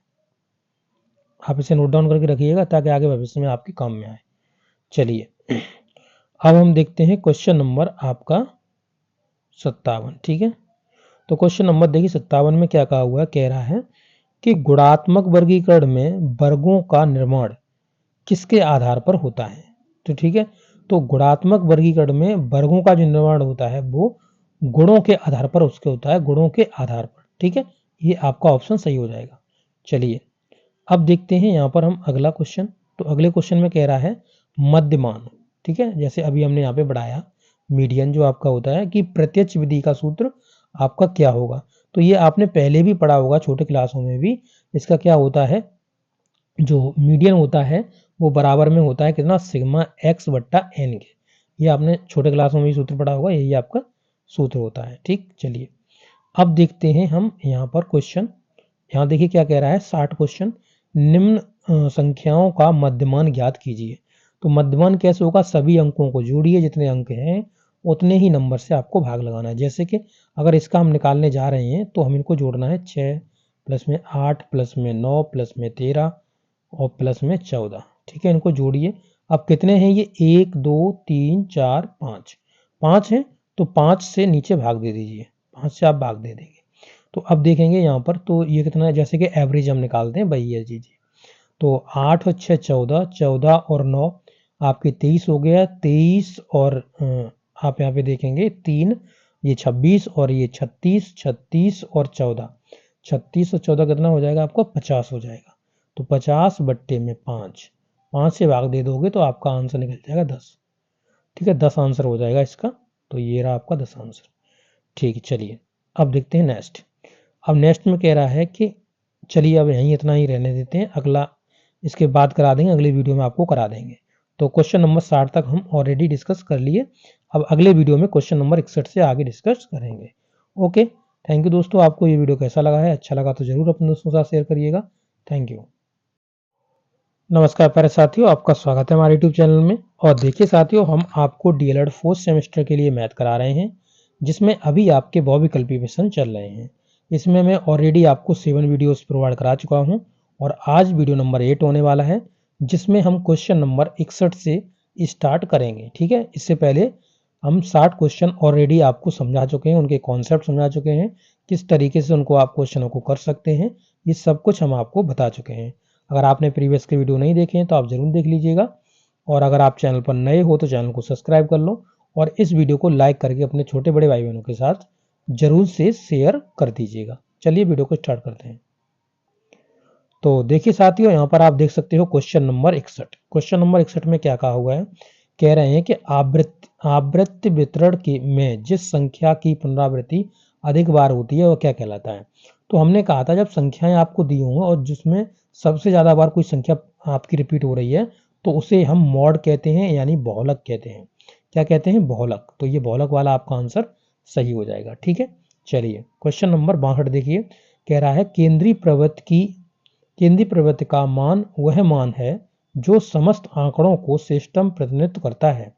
केंद्रीय प्रवृत्ति की यह परिभाषा किसने दी थी। तो ये परिभाषा आपको याद करनी पड़ेगी और ये जो परिभाषा है वो आपकी रॉस ने दी है। ठीक है, ओके, चलिए अब क्वेश्चन नंबर नेक्स्ट देखते हैं। Question number 63। क्वेश्चन नंबर 63 में देखिए क्या कह रहा है, कह रहे हैं कि मध्यमान जो आपका होता है किन कारणों से लाभकारी होता है मध्यमान। ठीक है, तो मध्यमान आपको पता है क्या होता है, मीडियन होता है, मीडियन। ठीक है, मीडियन आपका होता है। इसमें आपका बताया किन कारणों से ये लाभकारी होता है, क्यों लाभकारी होता है, ये चीज बताइए। एक सरल विधि है ये, अच्छी बात है। अंक गणितीय पद्धति पर निर्भर करती है, आपको नंबर्स दिए जा रहे हैं उन्हीं पर आपका ये होता है, तुलना संभव होती है इससे। तो ये सभी नियम आपके ये फॉलो करती है और सभी में हमें सरलता होती है, लाभ हमें इसमें होता है। ठीक है, तो ये चीज हो गई आपकी। अब देखिए क्वेश्चन नंबर 64 कह रहा है बहुलांक अन्य नाम से जाने जाते हैं। बहुलांक यानी बहुलांक का मतलब हो गया बहुलक। ठीक, तो बहुलक सीधा बोलते हैं हम, इसे मॉड बोलते हैं इंग्लिश में, बताया तुम्हें। और भूयिष्ठक, ये भूयिष्ठक भी बोलते हैं, उपयुक्त सभी। ये क्वेश्चन भी आपके लिए इंपॉर्टेंट है, तो अच्छी तरीके से इसको भी याद रखिएगा कि बहुलक को भूयिष्ठक भी कहते हैं, क्योंकि ये तो दोनों आपको बता ही चुका हूँ, बहुलक और मॉड। तो ये आपका एक और वर्ड जुड़ जाता है इसमें। ठीक है, चलिए अब कह रहा है क्या, तो कह रहे हैं कि अव्यवस्थित प्राप्तांकों के माध्यांक की गणना सूत्र से की जाती है। तो अव्यवस्थित होते हैं जो क्रम से नहीं लगे होते हैं, उनको हम किस सूत्र से ज्ञात करते हैं। तो आपका जो होता है वो होता है आपका m बराबर n+1/2 वामपद। ठीक है, तो ये जब विषम होते हैं, मतलब कोई क्रम में नहीं लगे होते हैं, तब इनका हम करते हैं। ठीक है, ये आपका हो जाएगा। चलिए सूत्र याद रख सकते हैं। क्वेश्चन नंबर 66 देखिए, क्वेश्चन नंबर 66 में कह रहा है कि आंकड़ों में बहुलक बताइए, मॉड बताइए, भूयिष्ठक बताइए। ठीक है, तो इसमें जो ज़्यादा बार आएगा वही हो जाएगा 12 12 12, 3 बार आ रहा है तो 12 ही आपका हो जाएगा। ठीक है, आसान है। चलिए क्वेश्चन नंबर हम देखते हैं अब 67। 67 में क्या करा है, 10 विद्यार्थियों द्वारा 15 में से प्राप्त किए गए अंकों का बहुलक बताइए। तो 15 में से इन्होंने प्राप्त करे तो जितने बार जो ज़्यादा बार आएगा वही आपका बहुलक होगा। तो यहाँ पर देखेंगे कौन सी संख्या ज़्यादा बार रिपीट कर रही है। तो आप देखिए 10 1 2 3, 3 बार 10, 4 बार 10 रिपीट करा। ठीक है, और यहाँ पर आप देखेंगे 12 आपका 3 बार रिपीट कर रहा है तो यहाँ पे 10 ही हो जाएगा। 10 4 बार रिपीट कर गया ना, तो यही हो जाएगा आपका। ये देखिए साथियों, अब क्वेश्चन देखते हैं हम कौन सा, 68 क्वेश्चन में कह रहा है प्रथम 5 अभाज्य संख्याओं की माध्यिका ज्ञात कीजिए। तो माध्यिका क्या होती है, जिसमें आपको बताया था मैंने, मीडियन होती है। और मीडियन में क्या करते हैं हम लोग, उसमें हम आरोही या अवरोही क्रम में रख लेते हैं, उसके बाद हम बता देते हैं। तो प्रथम अभाज्य संख्या कितनी है, देखो प्रथम पहली एक 2 अभाज्य संख्या होती है, 3 होती है, 5 होती है, फिर आपका 7 हो गया, 7 के बाद आपका 11 हो गया। क्यों, देखिए ये सभी जो संख्याएं हैं वो खुद से कटेंगी और 1 से डिवाइड होंगी। तो मध्यिका का मतलब हो गया बीच का। तो इन्हें आरोही या अवरोही क्रम में लिखना होता है। तो देखिए ये आपके आरोही क्रम में लिखे हुए हैं, तो मिडिल का आपका हो जाएगा मध्यिका। ठीक है, तो ये हो गया 5। ठीक है, ठीक है, ये सब क्वेश्चन मैंने आपको करा ही दिए। आगे चलते हैं, अब क्वेश्चन नंबर देखते हैं 69। देखिए 69 में कह रहा है कि sec 30 अंश की वैल्यू बताइए। तो sec 30 अंश, तो sec 30 अंश को हम लिख सकते हैं 1/cos 30 अंश। ठीक, cos 30 अंश की हमको वैल्यू मालूम है कितनी होती है, तो ये होती है √3/2। तो 2 होती है तो 2 ऊपर पहुंच जाएगा, तो यानी 2/√3 हो जाएगी। कितना हो जाएगा, 2/√3 हो जाएगी। ये आपका आंसर हो जाएगा। ठीक है, चलिए अब देखते हैं क्वेश्चन नंबर 70। कह रहा है कि cot थीटा गुणा में sin थीटा इंटू में sec थीटा, इसका मान बताइए। cot थीटा को लिख सकते हो आप cos थीटा बट्टे में sin थीटा, पढ़ा होगा आपने, sin थीटा इंटू में sin थीटा ये है ही, इंटू में इस sec को लिख सकते हो 1/cos थीटा। देखो sin से sin कट गया, cos से cos कट गया, आंसर आ गया 1। ठीक है, तो ये आपका आंसर हो जाएगा 1। चलिए अब क्वेश्चन नंबर 70 तक ही इस वीडियो में रहने देंगे, आगे हम क्वेश्चन नंबर 71 से अगले वीडियो में आपको कराएंगे। ओके, तो आपको ये वीडियो कैसा लगा है, अच्छा लगा तो जरूर अपने दोस्तों के साथ शेयर कर दीजिएगा। ओके, मिलते हैं नेक्स्ट वीडियो में। थैंक यू दोस्तों।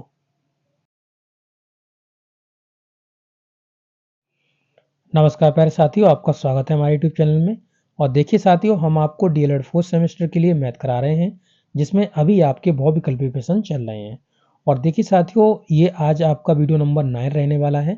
इससे पहले मैंने 8 वीडियोस आपको प्रोवाइड करा दिए हैं, जिसमें हमने 70 क्वेश्चन आपके डिस्कस कर दिए हैं। और आज आपका 71 क्वेश्चन से स्टार्ट होकर के आगे के क्वेश्चन हम आपको कराने वाले हैं। तो साथियों, अगर आपने प्रीवियस के वीडियो नहीं देखे हैं तो आप जरूर देख लीजिएगा। पूरा कॉन्सेप्ट के साथ आपको हर एक क्वेश्चन कराया गया है। चलिए वीडियो को स्टार्ट करते हैं। अगर आप चैनल पर नए हो तो चैनल को सब्सक्राइब कर लीजिएगा और इस वीडियो को लाइक करते हुए अपने छोटे बड़े भाई बहनों के साथ शेयर कर दीजिएगा। चलिए वीडियो स्टार्ट करते हैं। तो देखिए साथियों, अब हम देखते हैं क्वेश्चन नंबर 71। तो क्वेश्चन नंबर 71 में क्या कहा हुआ है, कह रहे हैं कि 1 - sin स्क्वायर ए और आपका दिया है इंटू में 1 + tan स्क्वायर ए,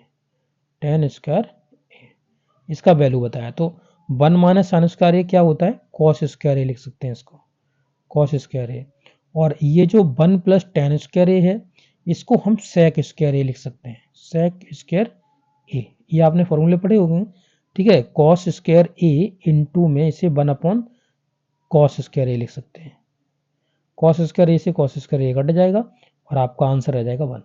ठीक है, ये आपका आंसर हो जाएगा। ठीक, चलिए अब देखते हैं क्वेश्चन नंबर 72। और क्वेश्चन नंबर 72 में क्या कहा हुआ है कि बेलन के पृष्ठ का सूत्र आपको बताना है। ठीक है, तो ये आपका बेलन हो गया। ठीक है, ये बेलन हो गया और बेलन आपका इस तरीके से बनता है। ठीक है, ये बना दिया हमने बेलन, और बेलन बनाने के बाद इस तरीके से आपका ये रेडियस हो जाएगी, हाइट हो जाएगी। ठीक है, अब देखिए जब बेलन ये बना है और अगर हम इसे अलग कर लें। जैसे मान लो इसे ओपन करते हैं ना, जैसे अब इसमें ये बना किस किस से है, इस तरीके से अगर हम जानना चाहें तो देखिए इसमें ये 2 सर्कल बने हुए हैं, ठीक है, 2 सर्कल बने हुए हैं और बीच में एक आपका बना हुआ है क्या, तो ये आपका बना हुआ है यहाँ पर जो रेक्टेंगल होता है वो आपका रेक्टेंगल बना हुआ है, ठीक है। अब इसमें जो क्षेत्रफल पूछ रहा है वो पृष्ठ का क्षेत्रफल पूछ रहा है, यानी ये क्षेत्रफल पूछ रहा है, ये पूरा जो आपको दिख रहा है ना, ये क्षेत्रफल आपसे पूछा जा रहा है, ये वाला, ये सर्कल निकालने के बाद ये आपसे पृष्ठ का क्षेत्रफल पूछ रहा है, ठीक है। तो अब देखिएगा साथियों, यहाँ पर जो आप देख रहे हैं, यहाँ पर जो ये जो आपकी नीचे जो पर्दी है, ये देखिए ये जो पर्दी है इसकी नीचे वाली, ये ओपन होकर के यही तो बैठी है, यही तो ओपन होके आई है ये वाली, ठीक है। और यहाँ पर देखेंगे तो ये भी यही है। तो वैसे ये अगर सर्कल के बेस पर देखा जाए तो इसे क्या बोलेंगे, पर्दी को 2 पाई आर, 2 पाई आर बोलेंगे ना, ठीक है। तो ये आपकी कितनी है, 2 पाई आर, 2 पाई आर इसकी लंबाई है, और इसकी जो ऊंचाई जो दिख रही है तुम्हें, ये हाइट, ये एच है। तो लंबाई इंटू चौड़ाई, चौड़ाई का तो योग होता है, आपने रेक्टेंगल में पढ़ा है, लंबाई इंटू चौड़ाई का योग ही क्षेत्रफल होता है। तो बस आपको क्या करना है, 2 पाई आर एच, 2 पाई आर एच, ठीक है। तो यही आपका हो जाएगा पृष्ठ का क्षेत्रफल, ठीक है। ये वक्र पृष्ठ का क्षेत्रफल आपको हमने बता दिया। चलिए अब हम क्वेश्चन नंबर देखते हैं नेक्स्ट। क्वेश्चन नंबर नेक्स्ट में क्या कहा हुआ है, क्वेश्चन नंबर 73 देखिए, और क्वेश्चन नंबर 73 में कह रहे हैं कि शंकु की त्रियक ऊंचाई क्या है। तो शंकु इस तरीके से बनाते हैं, सेंटा की कैप, आपको बताया पहले भी मैंने, सेंटा की कैप, ठीक है, इस तरीके से आपका बनाते हैं। अब यहाँ पे जो त्रियक लंबाई होती है वो एल होती है इस तरीके से, ठीक है, और ये आपकी हाइट होती है सीधी सीधी वाली, और ये आपकी रेडियस होती है। यहाँ पर देखोगे तो 90 अंश का कोण बन जाता है यहाँ पर, तो इसमें पाइथागोरस प्रमेय हम लगा देते हैं, यानी कि ये जो एल आपको दिख रही है ये हाइपोटेनस का काम करती है, ये आपका परपेंडिकुलर का काम करती है, और यहाँ पर आप देखेंगे तो ये बेस का काम करती है। तो यानी हाइपोटेनस इज इक्वल टू आपका जो परपेंडिकुलर है और यहाँ पर जो आपका बेस है उसके स्क्वायर के बराबर होती है। तो यहाँ से एल अगर निकालोगे तो ये रूट में दोनों चली जाएंगी, यानी कि एच स्क्वायर प्लस में आर स्क्वायर, तो ये आपका आंसर हो जाएगा, ठीक है। तो त्रियक लंबाई ये होती है। तो यहाँ देख लीजिए आप, ऑप्शन नंबर सी में आपको ये चीज दी गई है। चलिए अब हम क्वेश्चन नंबर 34 देखते हैं, क्वेश्चन नंबर 74 देखते हैं। क्वेश्चन नंबर 74 में कह रहा है किस चतुर्भुज के सम्मुख भुजाओं का प्रत्येक युग्म समांतर हो उसे कहते हैं। तो उसे क्या बोलेंगे, समांतर चतुर्भुज बोलेंगे, क्योंकि इसमें जो आपके समांतर चतुर्भुज बनता है, जैसे इस तरीके से मान लो, इस तरीके से समांतर चतुर्भुज बना दिया इस तरीके से, तो इसमें ये पैरेलल होती हैं, ये पैरेलल होती हैं, तो इसलिए आपके पैरेलल साइड्स का जो युग्म परस्पर समांतर होते हैं, तो इनके जो जोड़े होते हैं वो आपस में कैसे होते हैं, समांतर होते हैं, ठीक है। चलिए क्वेश्चन नंबर 75 देखते हैं। क्वेश्चन नंबर 75 में क्या कहा हुआ है, तो देखिए कह रहे हैं क्वेश्चन नंबर 75, वृत्त के क्षेत्रफल का सूत्र क्या है। तो वृत्त के क्षेत्रफल का सूत्र आपको बताया था, पाई आर स्क्वायर होता है, तो ये आपका आंसर हो जाएगा, ठीक है। चलिए क्वेश्चन नंबर नेक्स्ट देखिए, क्वेश्चन नंबर 76 कह रहे हैं चतुर्भुज के चारों कोणों का योग फल कितना होता है, तो 360 अंश होता है। और यहाँ ऑप्शन से देखेंगे तो ये एक समकोण गलत हो गया, 4 समकोण आपका सही हो जाएगा, क्योंकि 4 इंटू में समकोण 90 अंश का होता है, और जैसे ही इसमें गुणा करेंगे तो 4 निम्न 36, तो ये आपका 360 का हो जाएगा, ठीक है। तो यही आपका ऑप्शन सही हो जाएगा। चलिए क्वेश्चन नंबर देखते हैं अब हम 77। क्वेश्चन नंबर 77 में क्या कह रहा है, तो ये कह रहे हैं कि चतुर्भुज की दो भुजाएं जिनका एक उभयनिष्ठ अंत बिंदु होता है कहलाती हैं। तो इस तरीके से मान लीजिए एक चतुर्भुज बना हुआ है, ये आपका एक चतुर्भुज बना हुआ है। तो यहाँ पर ये कह रहे हैं कि यहाँ पर दो भुजाएं हैं, जैसे मान लो कि ये ए है, ये बी है, ये आपका सी है। तो यहाँ पर ए बी एक भुजा है, एक आपकी यहाँ पर बी सी भुजा है, ठीक है। तो यहाँ पर देखोगे इसका यहाँ पर ये जो पॉइंट है, ठीक है, और ये इसकी भुजा के पॉइंट से लगा हुआ है। तो ये ऐसी दोनों भुजाएं यानी ए बी और बी सी, ये दोनों क्रमागत भुजाएं बोली जाती हैं, क्रमागत, ठीक है, क्रमागत भुजाएं बोली जाती है, इंग्लिश में बोलोगे एडजेसेंट साइड होती हैं। ठीक है, तो ये आपका ऑप्शन सही हो जाएगा। ठीक है, चलिए क्वेश्चन नंबर देखते हैं 78। क्वेश्चन नंबर 78 में क्या कहा हुआ है, चतुर्भुज के अंतःकोणों का योग आपको बताया था 360 अंश होगा, तो 4 अंतःकोण होते हैं। अच्छा, अंतःकोण पूछ रहा है तो 4 हो जाएंगे। ठीक है, और योग पूछता तो 360 अंश होता। ठीक है, 79 देखिएगा, वर्ग की चारों भुजाएं होती हैं, तो वर्ग की जो चारों भुजाएं होती हैं वो समान होती हैं। आपको पढ़ाया है, वर्ग हो गया, रोम्बस हो गया, यानी कि सभी साइड्स आपकी इक्वल होती हैं, तो ये ए और ए। ठीक है, तो यही आपका हो जाएगा। चलिए क्वेश्चन नंबर 80 देखते हैं। क्वेश्चन नंबर 80 में देखिए क्या कहा हुआ है, समांतर चतुर्भुज के सम्मुख कोण होते हैं। तो समांतर चतुर्भुज के सम्मुख कोण कैसे होते हैं, आपके बराबर होते हैं। ठीक है, इस तरीके से मान लीजिए एक समांतर चतुर्भुज बना दिया। ठीक है, इस तरीके से एक समांतर चतुर्भुज बना दिया, तो इसके सम्मुख कोण आपस में बराबर होते हैं। ठीक है, इस तरीके से आपका हो जाएगा। चलिए अब हम आगे अगले वीडियो में इन क्वेश्चनों को करा दूंगा। कितने क्वेश्चन रह गए हैं आपके, अच्छा 3 रह गए, इसी में करा देता हूँ।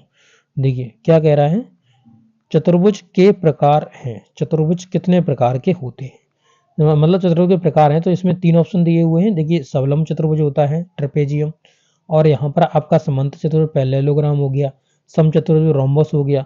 तो ये सभी आपके चतुर्भुज के प्रकार ही होते हैं, तो ऑल आप लगा देंगे इसमें। आयत एक चतुर्भुज है, सही बात है, आयत एक समांतर चतुर्भुज है, तो समांतर चतुर्भुज की हर एक प्रॉपर्टी ये फॉलो करता है। ठीक है, इसके आमने सामने की समांतर भुजाएं होती हैं। ठीक है, आमने सामने की इसकी जो भुजाएं होती हैं वो कैसी होती है, समांतर होती है। इसमें 90 अंश के जो आपने देखा होगा कोण बनते हैं आयत में, तो इसकी सभी प्रॉपर्टीज फॉलो करता है, तो ये समांतर चतुर्भुज कहलाता है। ठीक है, अब देखिएगा समांतर चतुर्भुज के सभी अंतःकोणों का योगफल 360 अंश, कोई भी चतुर्भुज हो वो 360 अंश का ही होगा अंतःकोण उसके।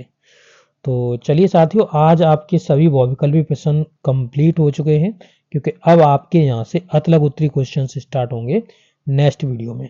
तो आपको ये वीडियो कैसा लगा है, अच्छा लगा तो अपने दोस्तों के साथ जरूर शेयर करिएगा। मिलते हैं नेक्स्ट वीडियो में दोस्तों, थैंक यू।